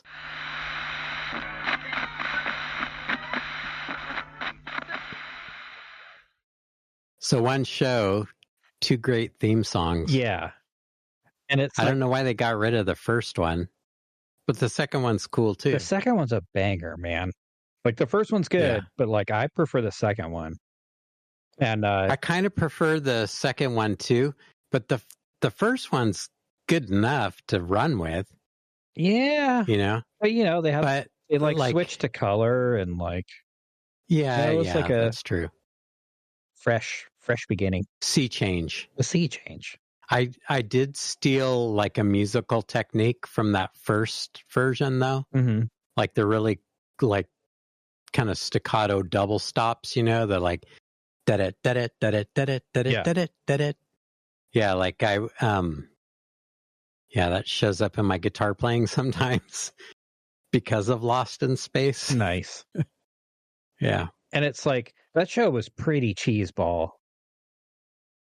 And like also had a very mediocre reboot. And like Dr. Smith is like one of the most irritating characters ever on screen. But there's people like that. But yeah, there's people like that. And then like he's on purpose supposed to be like that. So like it fits with the show. Like he moves the plot along.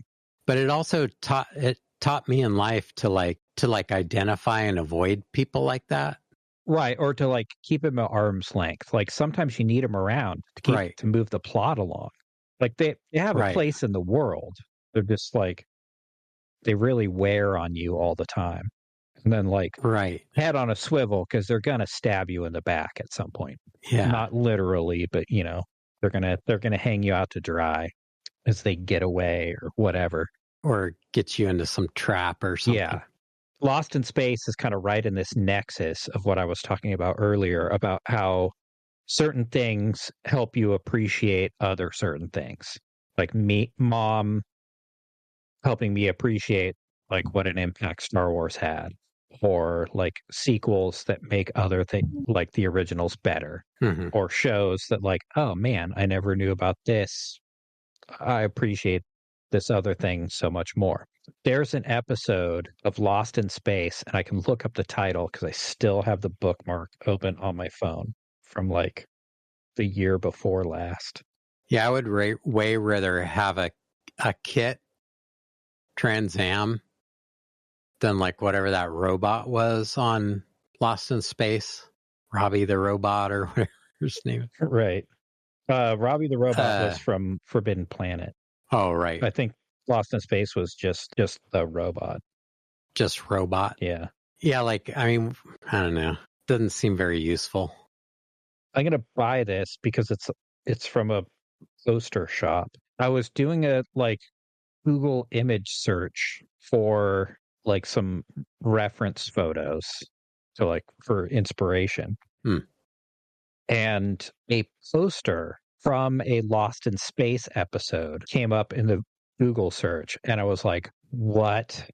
And a callback to Starship Troopers. Would you like to know more? Yes, I would. So, Lost in I Space, get my glasses. the Space Vikings. Whoa, that's pretty cool. And there's like a Pegasus. It's got a groovy font. It has like a really like 60s Mjolnir as the T in the Space Vikings. And then like a Valkyrie riding a winged horse with a spear with lightning coming out of it. It's amazing. Pretty cool. And I was like, okay, I need to find this episode. And I watched the episode and it's like, holy crap, it's crazy. It's some Marvel action happening, like Vikings in space, and like the Norse gods are in space, and like Dr. Smith encounters. Should we add it to the playlist, or maybe put a link on the Facebook page? Yeah, link on the Facebook page. But like Dr. Smith encounters Thor and like uses the replicator in the robot to reproduce, because like everybody knows about Mjolnir because of the Marvel movies, like Thor's hammer. But Thor is already like the strongest dude. But then he has a belt and gloves that each double his strength. So he's already super strong. He wears a belt that doubles his strength and gloves that double his strength again. So he's like way. And did Dr. Smith get a hold of him or something? Yeah. So Dr. Smith gets a hold of him and uses the replicator thing on the robot to reproduce Thor's gloves.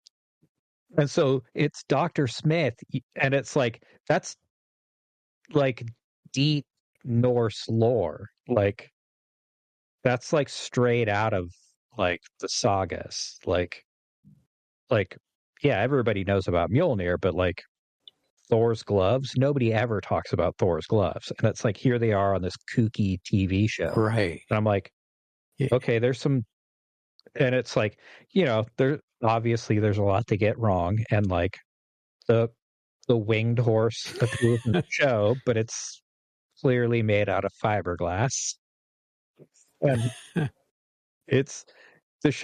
episode's just bananas. But it's just like, oh man, they kind of got a lot of stuff right. And it's like they get a lot of the tone. Like Thor is very, very OG Thor, not Marvel Thor. And then it's like, hold up. Loki, in a lot of the tales and the sagas, is very much the Dr. Smith character. Yeah. And it's like, I understand Dr. Smith a little better.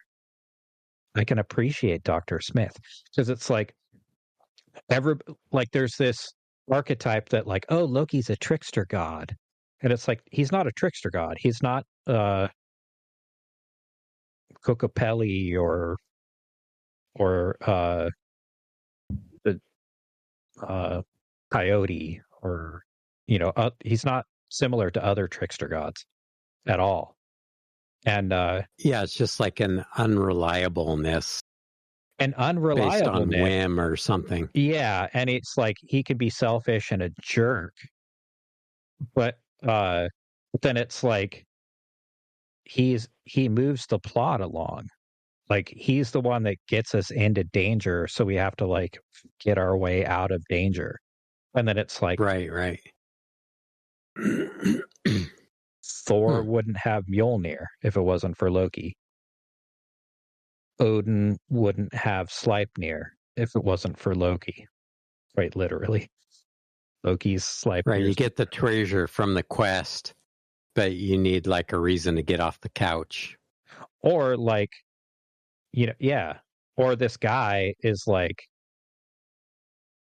oh, okay, well, he's not directly responsible for it, but like he's the impetus for like why I ended up with this, Trans Am with a Cylon eye in it.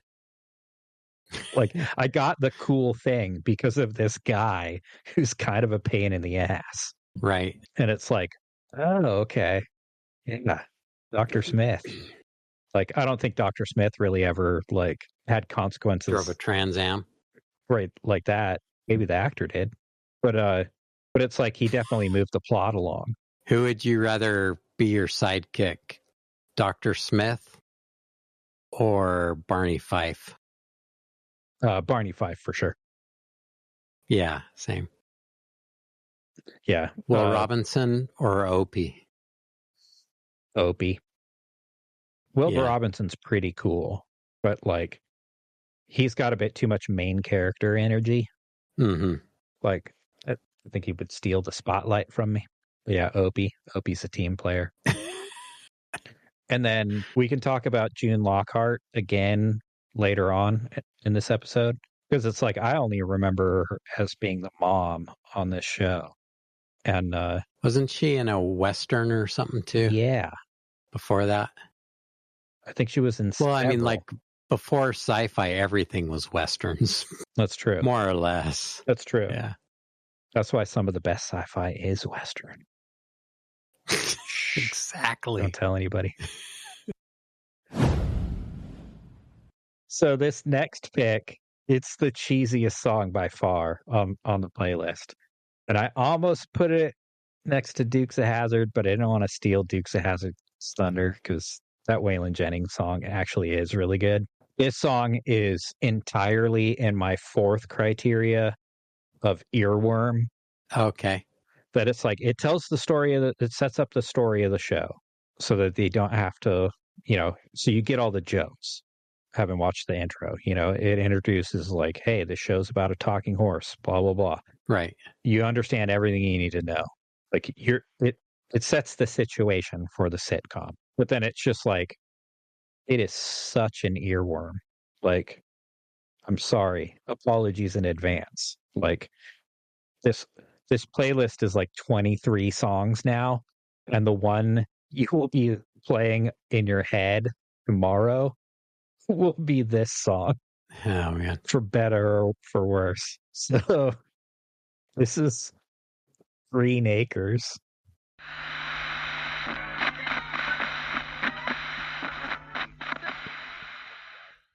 Man. Yeah, so cheesy. I like how they use the actual actors in the theme song. Yeah, it's good.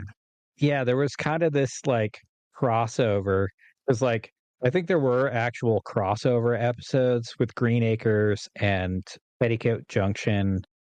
And that's what I was going to ask. Was Petticoat Junction like a spin-off of Green Acres? It might have been the other way around. Yeah, I'm not. Maybe I not. know there's a connection. And then there there was a third one that I'm drawing a blank on now. Yeah, there was like a third, like Technicolor, Vistacolor, like 60s hillbilly show. Oh, Beverly Hillbillies. Duh.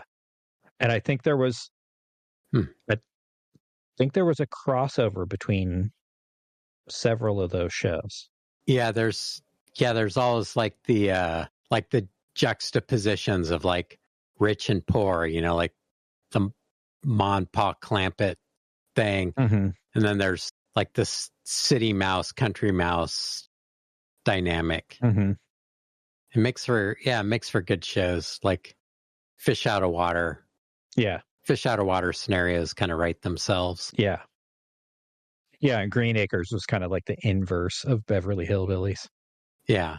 Like the city people going to live in the country instead of the country people going to live in the Los Angeles. Maybe they all came out of the same pitch. Like they went into the yeah, it could have been. They went into the producers and were like, so we got this idea for a show, right? Mm-hmm. So you got this guy, and they're like, okay, so wait, he's poor and then he's rich? No. But that's a good idea too. And then, okay, so there's like good-looking women there, and they're like a family, and well, no, not exactly, but that's a good idea too. Mm-hmm. It's like they went in with one pitch and came out with 3 different shows. Pretty much. Or like Beverly Hillbillies was like the first one. And they're like, man, that show was a hit. What else you got? How about a guy who lives in the city and goes to live in the country? Dynamite. Yeah. Oh, man. Yeah. I don't know. It's dumb, Okay. but it's like, I don't know. It's kind of my, my brain's default setting for like when I'm bored, start playing songs in my head. Green Acres Oh, really? theme is one of them. That's your soundtrack? Maybe.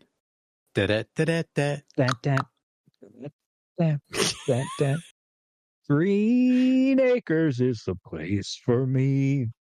Like, I like how he like stretches out the notes. Yeah. Yeah. Got that little bit of hillbilly in it. Okay, so this one, it's a good song, good show. And I wasn't going to put it on here, but then I thought, well, there's some stories to share around this. Totally. So this is Laverne and Shirley.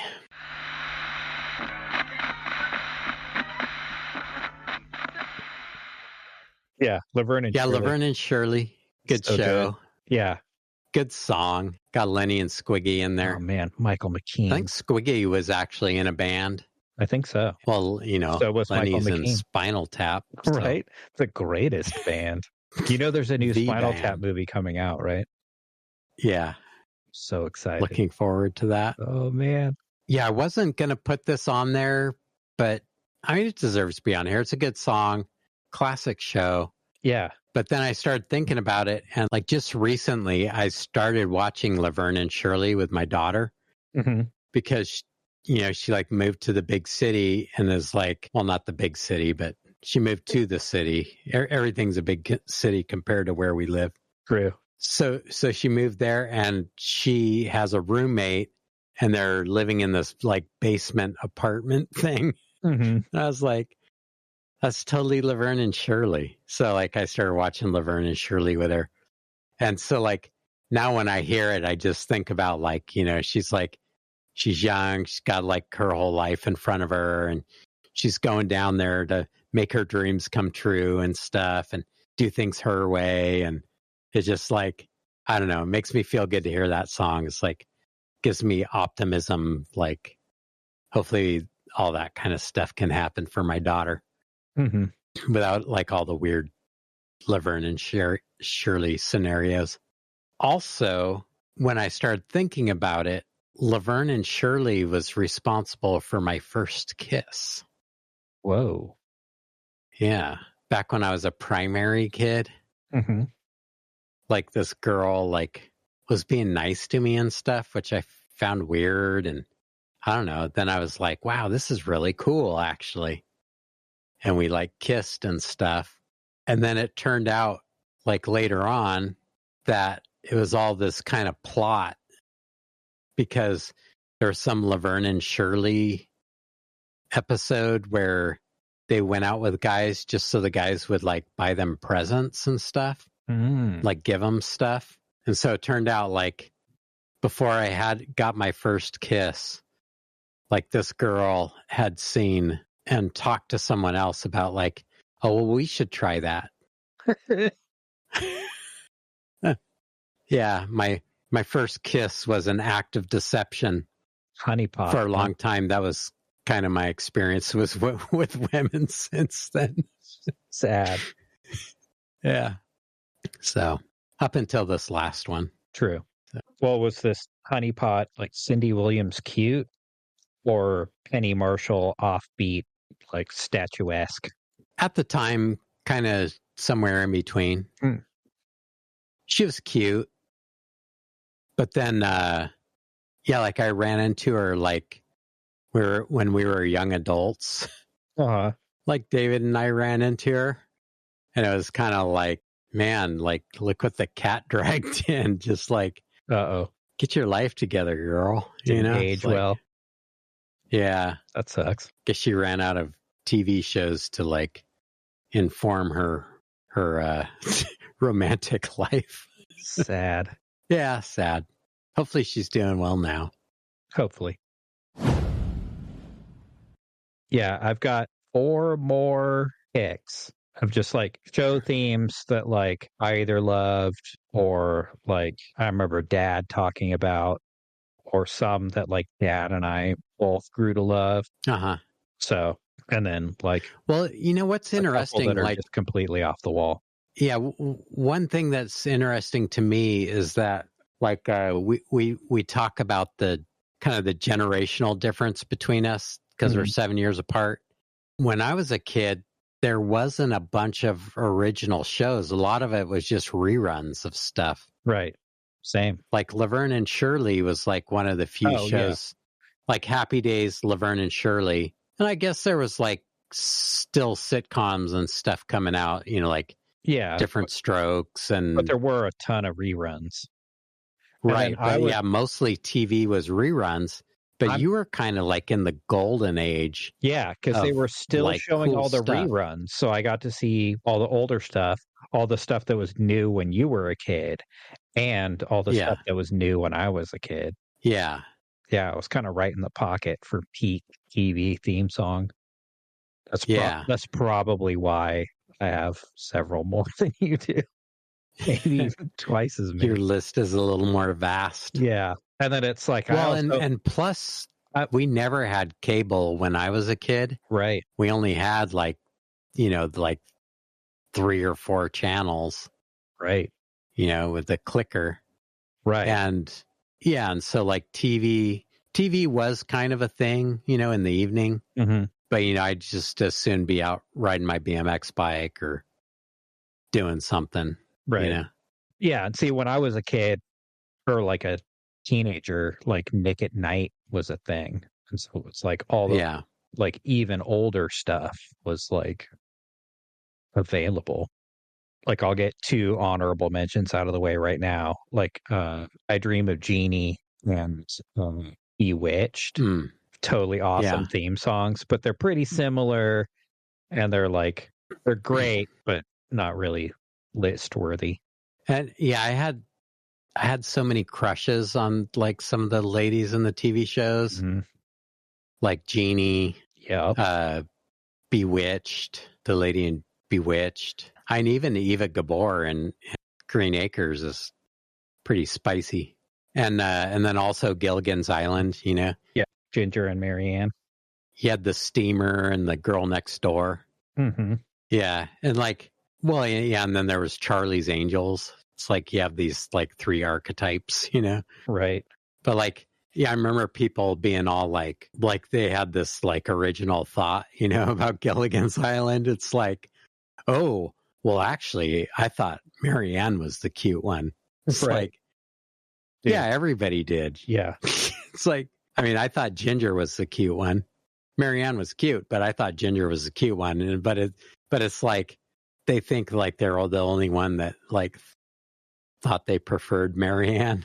Right. It's like, I don't think that's the way that works. Right. You're not having this original thought like you think you are. Or if you were a little kid watching Lost in Space, Angela Cartwright. Yeah. It's like you're supposed to like the older daughter and maybe think Penny's cute if you're of a certain age. But like, no, actually the mom was the hot one. Yeah. So, yeah. June Lockhart. Oh, I said she was going to show up again. It was like, okay, this one's spinning out of control. Right. I'm gonna bust through the next few.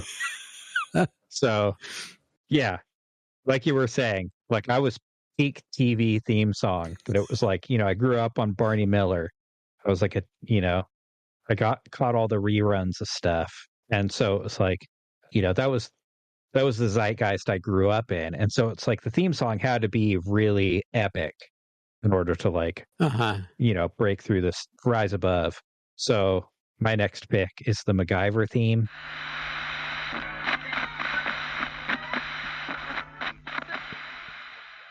So there's something I don't understand about some of these things where like you have the intro to the show and it has all these cut scenes from a whole bunch of different episodes. Yeah. So it's like, did they film all the episodes before the show came out? They would have had to. Yeah. So, like, how sure a bet do you have to have on a show to, like, just film a whole season before anybody even sees it? Oh, the pilot probably didn't have that intro. Maybe it did. Yeah, maybe they got greenlit for 6 episodes. Also, that one doesn't tell the whole story. It's doesn't. like, there's no like, who is this? Who is this guy? What's going on here?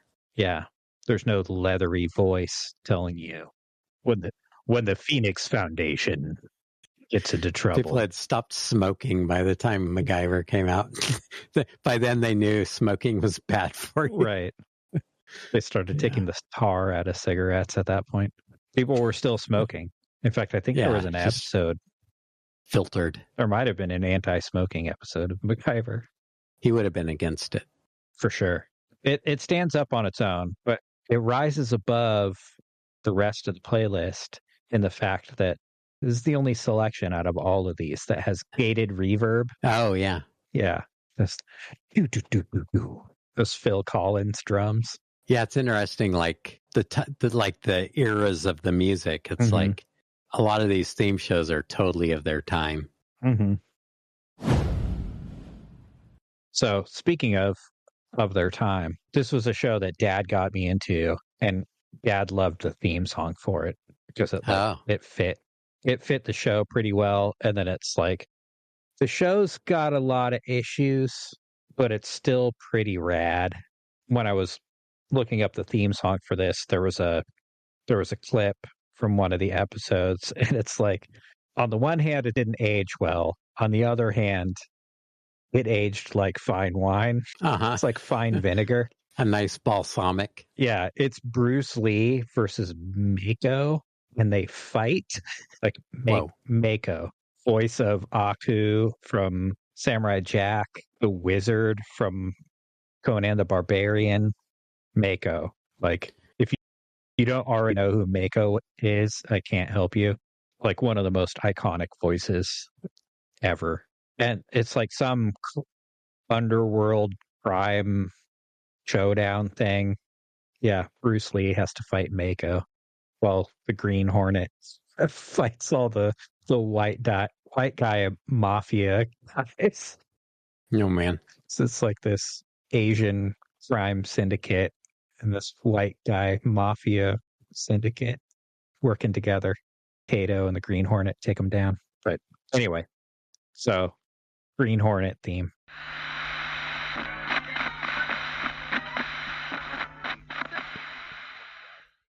Just different enough from Flight of the Bumblebee. Yep. Now, was there a thing with, like, Bruce Lee was upset that they had a white guy play the lead in Kung Fu? Yep. And then he ended up getting the part in the Green Hornet? It was the other way around. Well, he was already in the Green Hornet. And he developed Kung Fu. Okay. And then they're like, yeah. I knew there was some connection there. We want to appeal to a broader audience. So we're going to get Mickey Rooney to play. Yeah, exactly. Yeah, one of the most egregious, like plenty of egregious whitewashings, but like, yeah, Kung Fu was probably the worst. Well, and like the most. Yeah, and how much cooler a show would it have been? Yeah, 100%. Yeah. Yeah, it's and one like, I mean, don't come at me with Kung Fu. Kung Fu sucked. Even the Kung Fu in it sucked. Yeah. You know, you might say, well, but it was good that it like showed kind of stuff. It's like, no, just watch like the 36 Chambers of Shaolin and like, yeah, watch actual realize what a creep David Carradine was. 100%. And then, yeah, of all the examples, and there are thousands upon thousands of whitewashing, it's at least of the ones I've heard of, it's the most like pulling the rug out from under somebody. Yeah. That it's like he was instrumental in that. Like, he basically created that show. as far as I remember. And they're like, Yeah. we love it, but could it not have you in it? And it's like, you'll notice in that intro that announcer guy, like, his secret identity is known only to his secretary and the district attorney. And it's like, what about Kato? Oh, well, Kato doesn't matter because he's Asian. And it's the 60s. Well, Kato's in on it. He's one of the superheroes too. I know, but it's like, he's not the Green Hornet though. I know, but it's like he's just his aide. The Asian sidekick thing is pretty tough to deal with sometimes. But it's just like, man, like how much cooler would some of these shows have been if they were a little more inclusive? Yeah. And like that kind of leads into the next episode, or the next episode, the next selection I have. The character, the star and main character of the next show, like the theme song's pretty good. It's iconic, but the show, like if you've never watched the show, you need to watch the show. Like it's so good. Have Gun Will Travel. Oh man. You know, play it, then we'll talk about it. Because I have a lot to say here.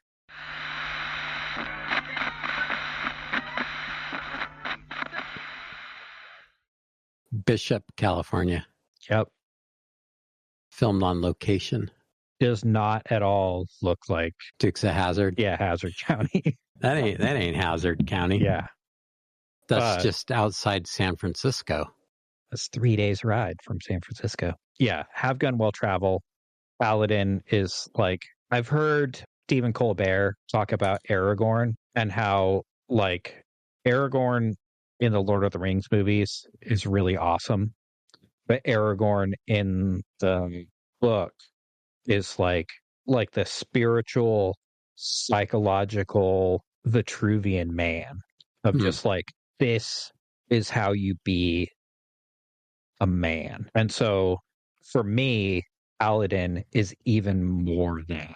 Like Aragorn ain't got nothing on Paladin. Like Paladin, he's one of the toughest characters I've ever seen.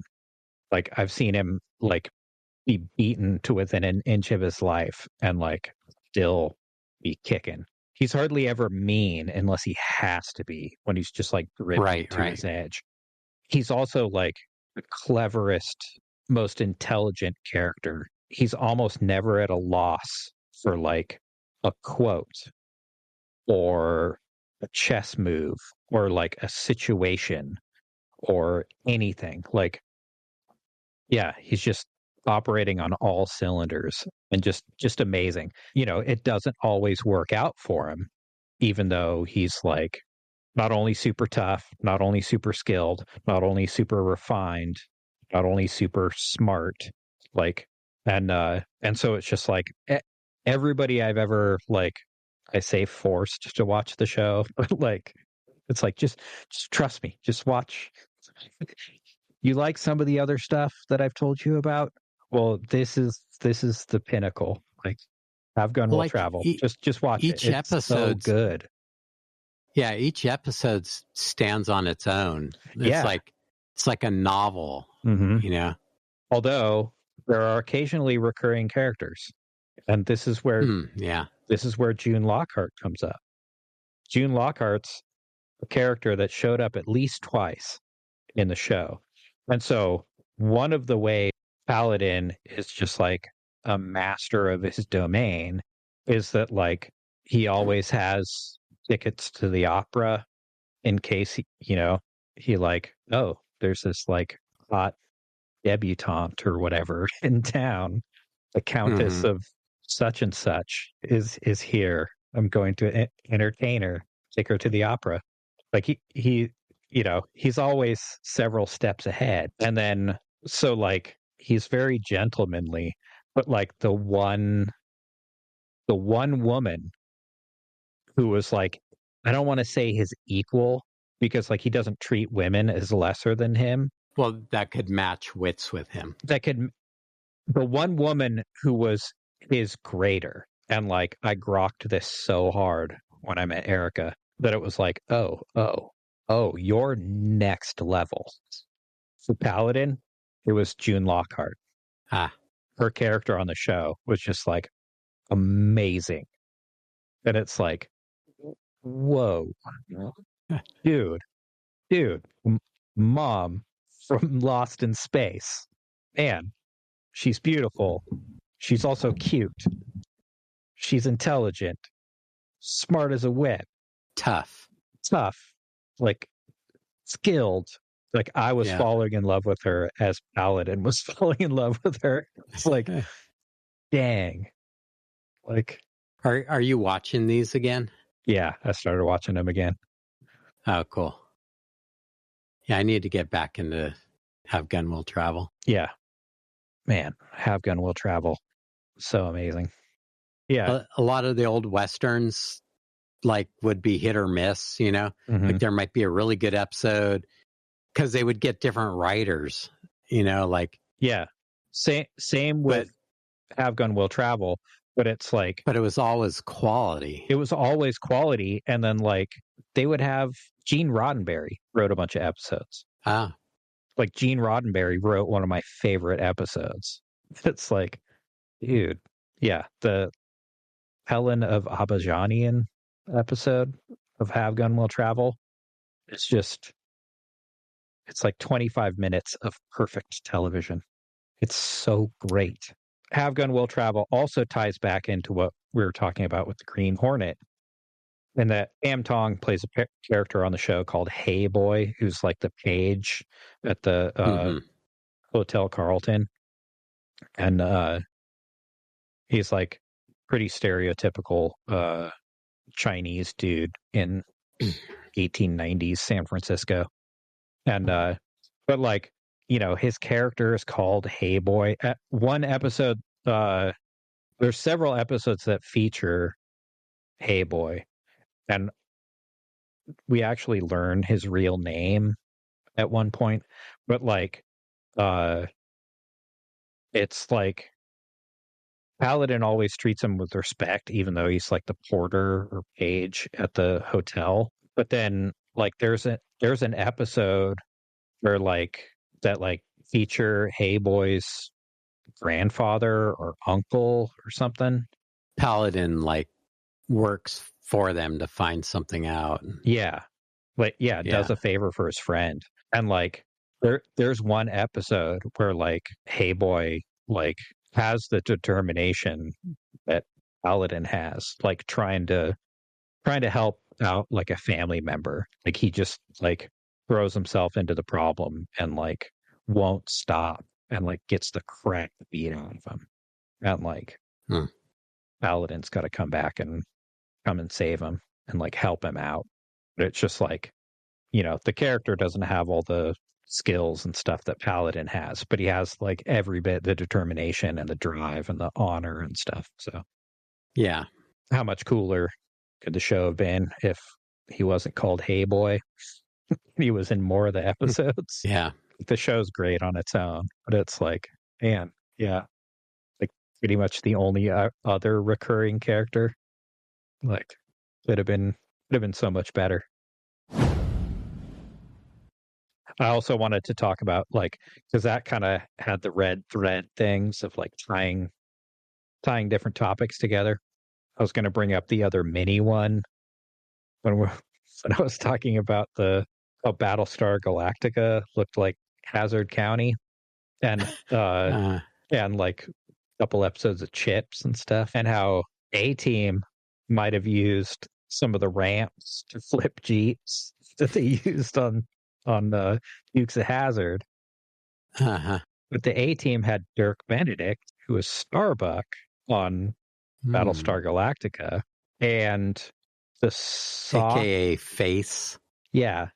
And the Face Man. Soft reboot / sequel, Battlestar Galactica 1984 or 1980 or whatever it is, like the later one with the lower budget, where Battlestar Galactica like time travels back to Earth in the 80s. Whoa.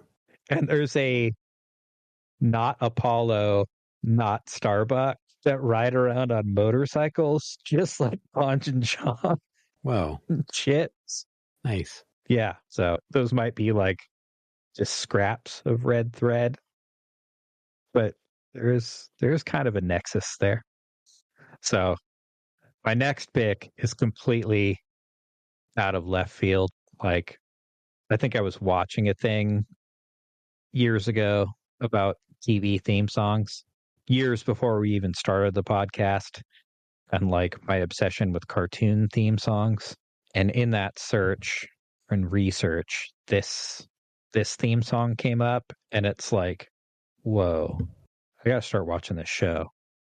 I gotta start liking this band. So this is Go Diego with Monkey Magic from the show Monkey.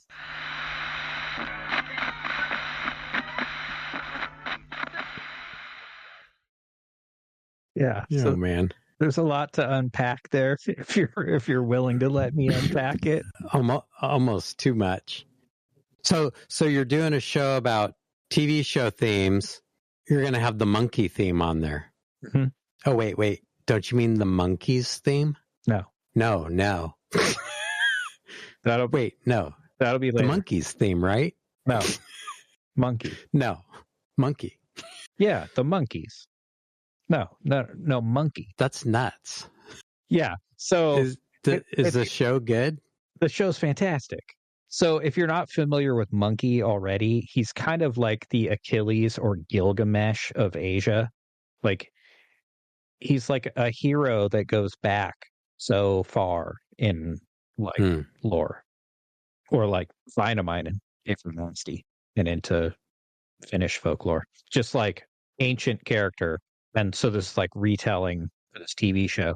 It's like kind of the perfect like adventure group that like you have the superhero who gets in over his head, the two sidekicks who are there for comedic relief.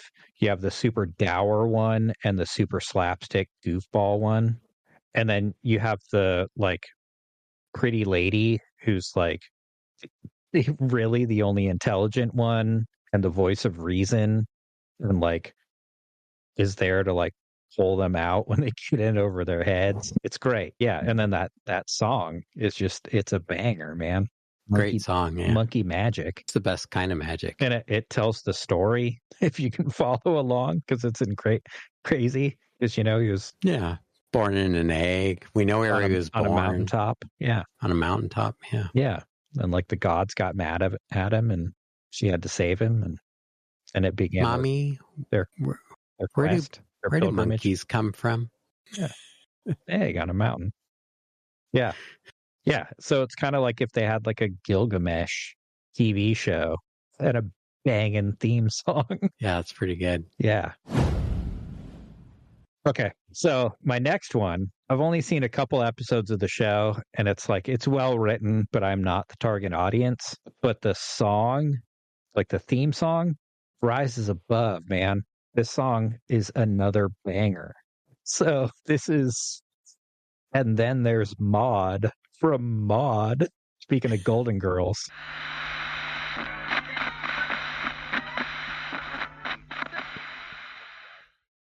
Yeah, freaking Norman Lear, Catchy. Man. Yeah, it's got a groove. It's got the cool backup singers. There aren't enough groovy songs that talk about Lady Godiva and Joan of Arc. Right. It's pretty rad. Yeah, and then if you go to like Northern Oregon towards the coast and go to like Walmart, at least like 10 years ago, a lot of the women would have that same haircut.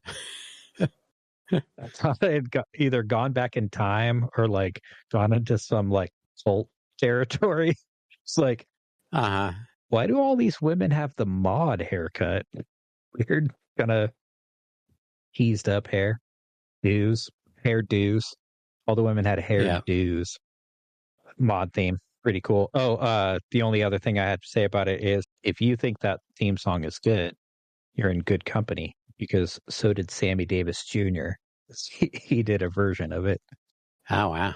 Yeah, that's super cool. So earlier we were talking about what makes a theme song, or what makes a TV show, whether it's a live action. Do puppets count? Do people in suits count? And it was like forehead slap. Yeah, the second most earwormy theme song ever produced, the Banana Splits.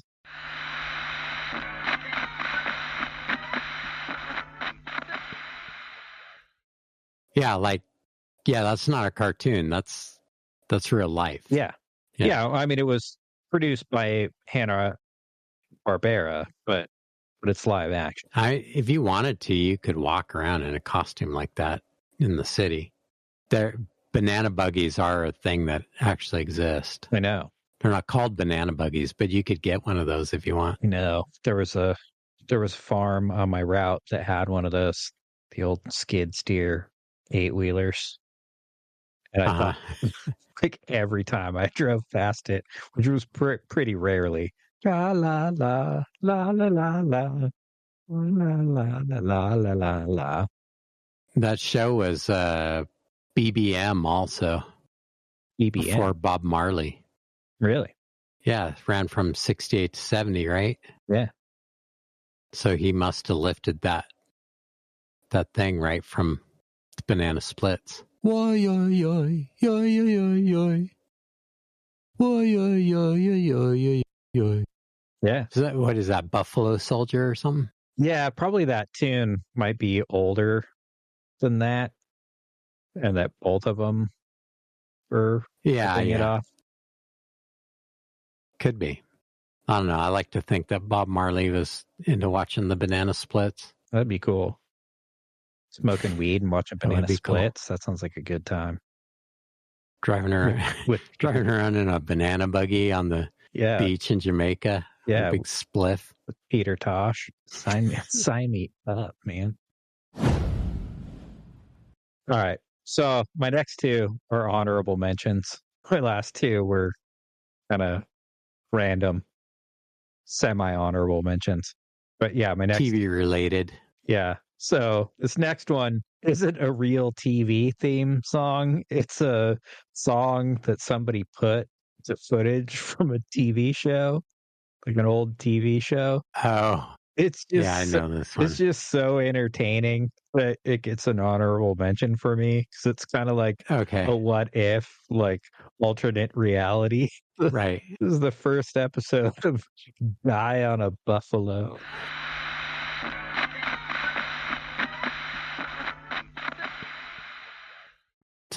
To be fair, that Indian might have been shooting at the buffalo and not the guy on the buffalo. True. He was probably also Italian. Maybe. Yeah. I just are those the Alps? Are those the Alps in the background? I don't know. Not the Sierras. Must be the Rockies. Ugh. Yeah, Guy on a Buffalo. Pretty silly. Early 2000s nonsense. So was that a movie or? Yeah, I don't think it was a TV show. I think it was a movie called The Buffalo Rider. Okay. That makes sense. Yeah, and the guy, kind of in that like Grizzly Adams vein of right frontiersman goofy shows from the 70s. So, at the risk of becoming a React podcast, so some of the worst YouTube videos, it's like, hey, like I said earlier, no risk, no reward. That's true. You'll get my reaction one way or another. As my friend introduced me to this phrase, because we've all heard, like, you miss every shot you don't take, like that wisdom. Yeah, I heard somebody saying that last week, and they said it as, you can't hit the target you don't see. Oh, well, that's how they said it. That's another one. Well, yeah, because my friend Brett introduced me to, the unaimed shot never misses. So if you just shoot randomly, you're going to hit whatever you're... Right, that's what I was going to say, because I was discussing that quote with a friend. It was in a church talk. Mm-hmm. I was discussing it with my friend Bud.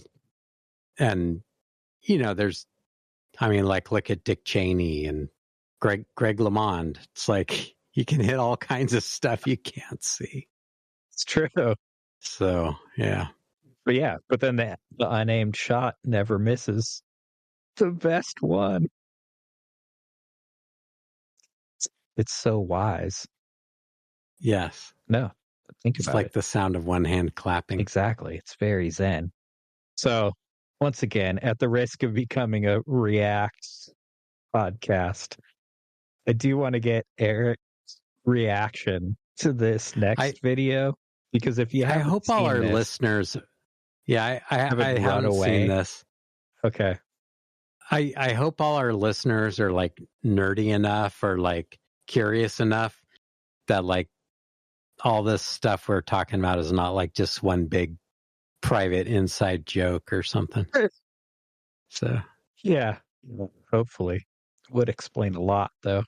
This is sort of an homage to TV show intros and theme songs. This is just pure whatever this kind of humor is, Adult Swim genius. This is too many cooks.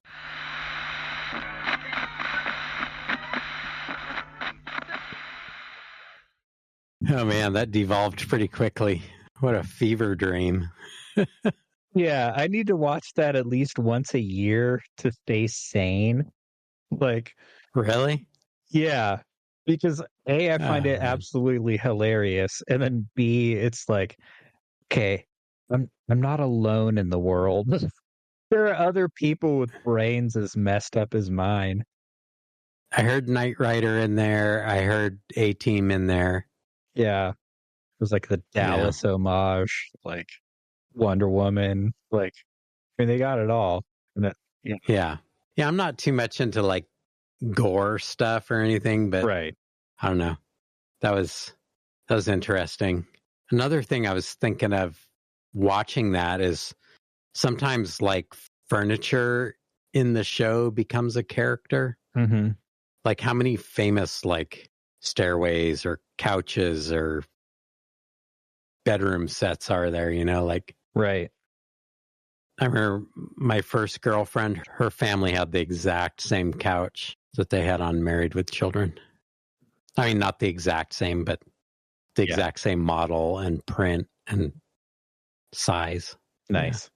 But Too Many Cooks, I don't have too much to say about it, but I thought it like would be an interesting way to end this episode. That's like, well, yeah, it's a thing. It definitely took me on a trip because, like, the first couple of minutes, it was like, okay, well, what's the show about, or is this an actual show?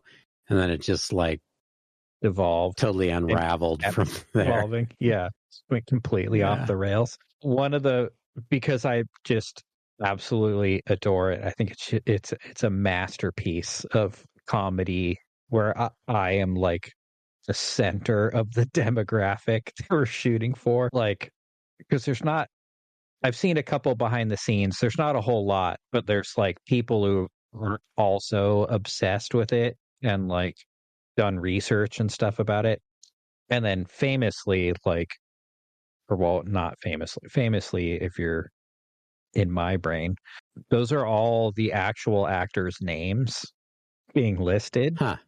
So it's like one more layer of meta-ness. So I forget what. But they never showed the slasher guy's name. No, on purpose, because he's like chaos incarnate. I think it might have been, I don't know.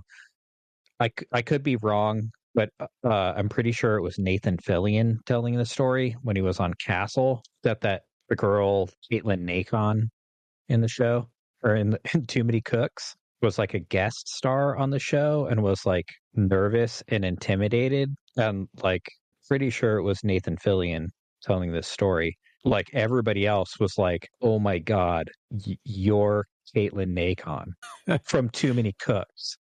Oh man. And it just like totally put her at ease that just like, okay. Like they know who I am, even though I'm like Yeah, those must just be a bunch of like casting call people, like, Yeah. hey, give us 5 minutes of this. Just turn and smile. Like, what's that other video you were showing me the other day? Oh, that found footage thing of the. Yeah.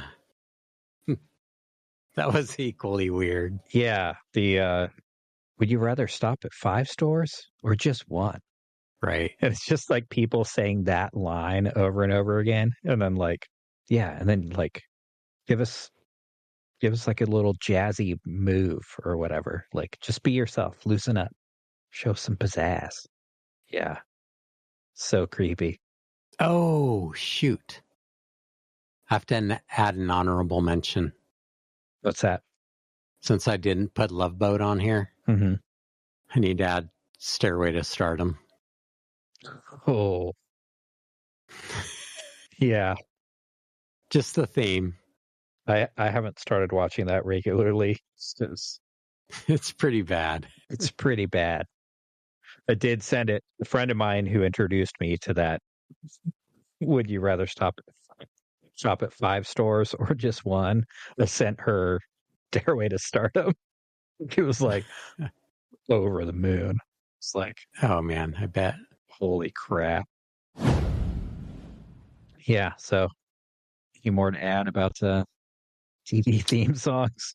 Or did I completely derail it? Oh man, yeah, that just went into like madness. I think we're on the ship too long, adrift too long. Yeah, but it's like, that's the kind of humor that gets to me, that just like David Letterman, like, let's just see where this goes. Let's keep flogging this dead horse. See where it goes. Just like, we're leaving it in, man. It stays in the picture. Like, well, even project wise, like just working on stuff like that, like teaches you a lot of skills that you wouldn't get otherwise. Cause it's like you have these bizarre concepts and then you have to like make them happen somehow. It's like, well, how could we do that? How can we tie it together? Yeah, I probably don't need to see that every year, but I do. So like, oh, okay. There are other weirdos just like me somewhere out there. Yeah. All right. I'm not the only one. Yes, there are others. Like they're among us. Yep. They walk among us. Now I'm a little concerned. I have a little trepidation. What? A little self-trepidation. Not self-trepidation. Not self-trepidation, but self like, yeah. Okay, we already got a little weird. We already got a little weird on this episode. And this is not the cartoon or the movie episode. Cartoon and movie ones are pretty straightforward. Like, I hope so. Okay. Yeah. So next week we're doing our favorite cartoon theme songs.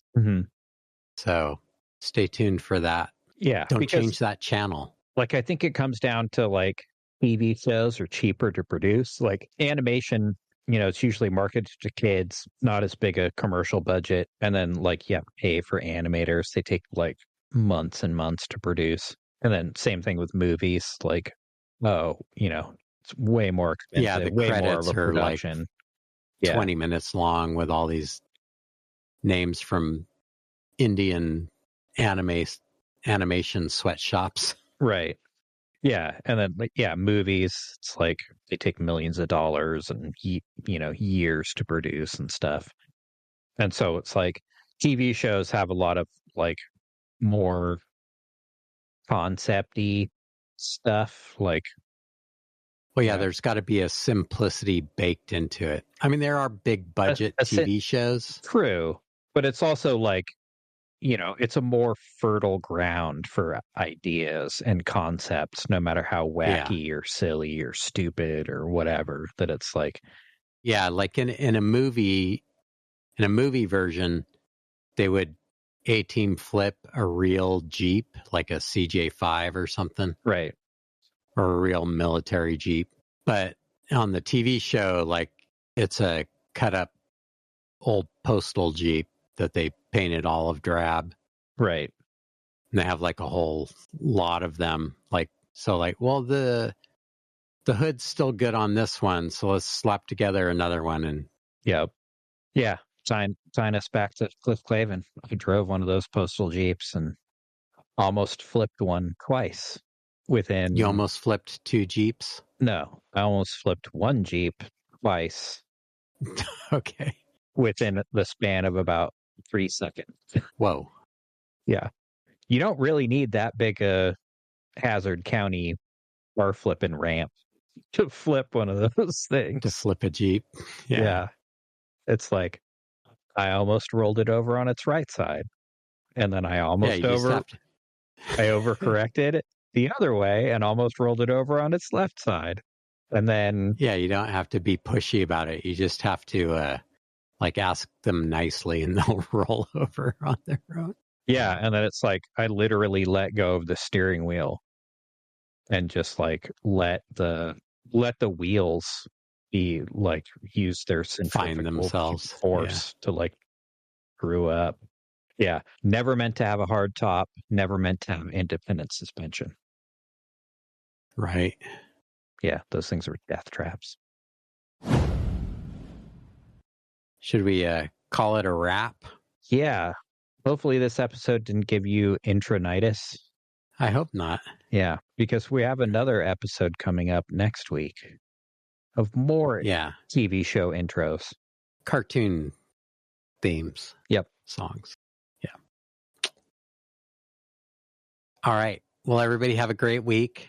Yep. And Happy New Year. Happy New Year. Yeah, this is our first show of the new year. That's right. First show from the future. From 2025, the future. The year 2025. 2 brothers in a shadowy world of a man who doesn't exist. Join them as they listen. Hear me out, bro. Cartoons. Pour yourselves a bowl of cereal next week.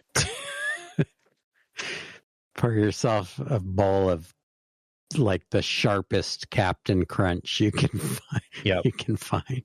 Yeah. Yeah. Don't do your homework. Listen to our next week's episode instead.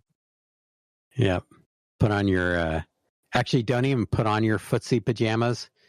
Just, like, slide down the stairs in your sleeping bag and then hop to the TV. Yeah. Yeah. Some sugary cereal. All right. Bye. See ya. Checking out music with my bro. Willing to dig it, yes or no? Here we go on with the show, the Hell Bro Podcast.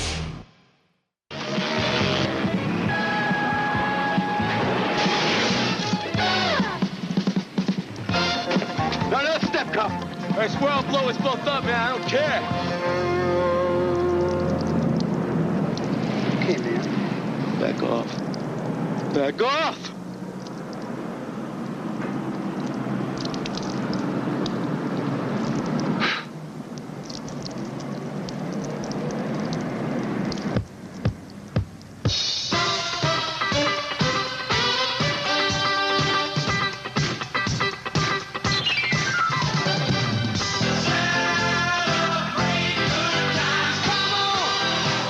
Let's celebrate.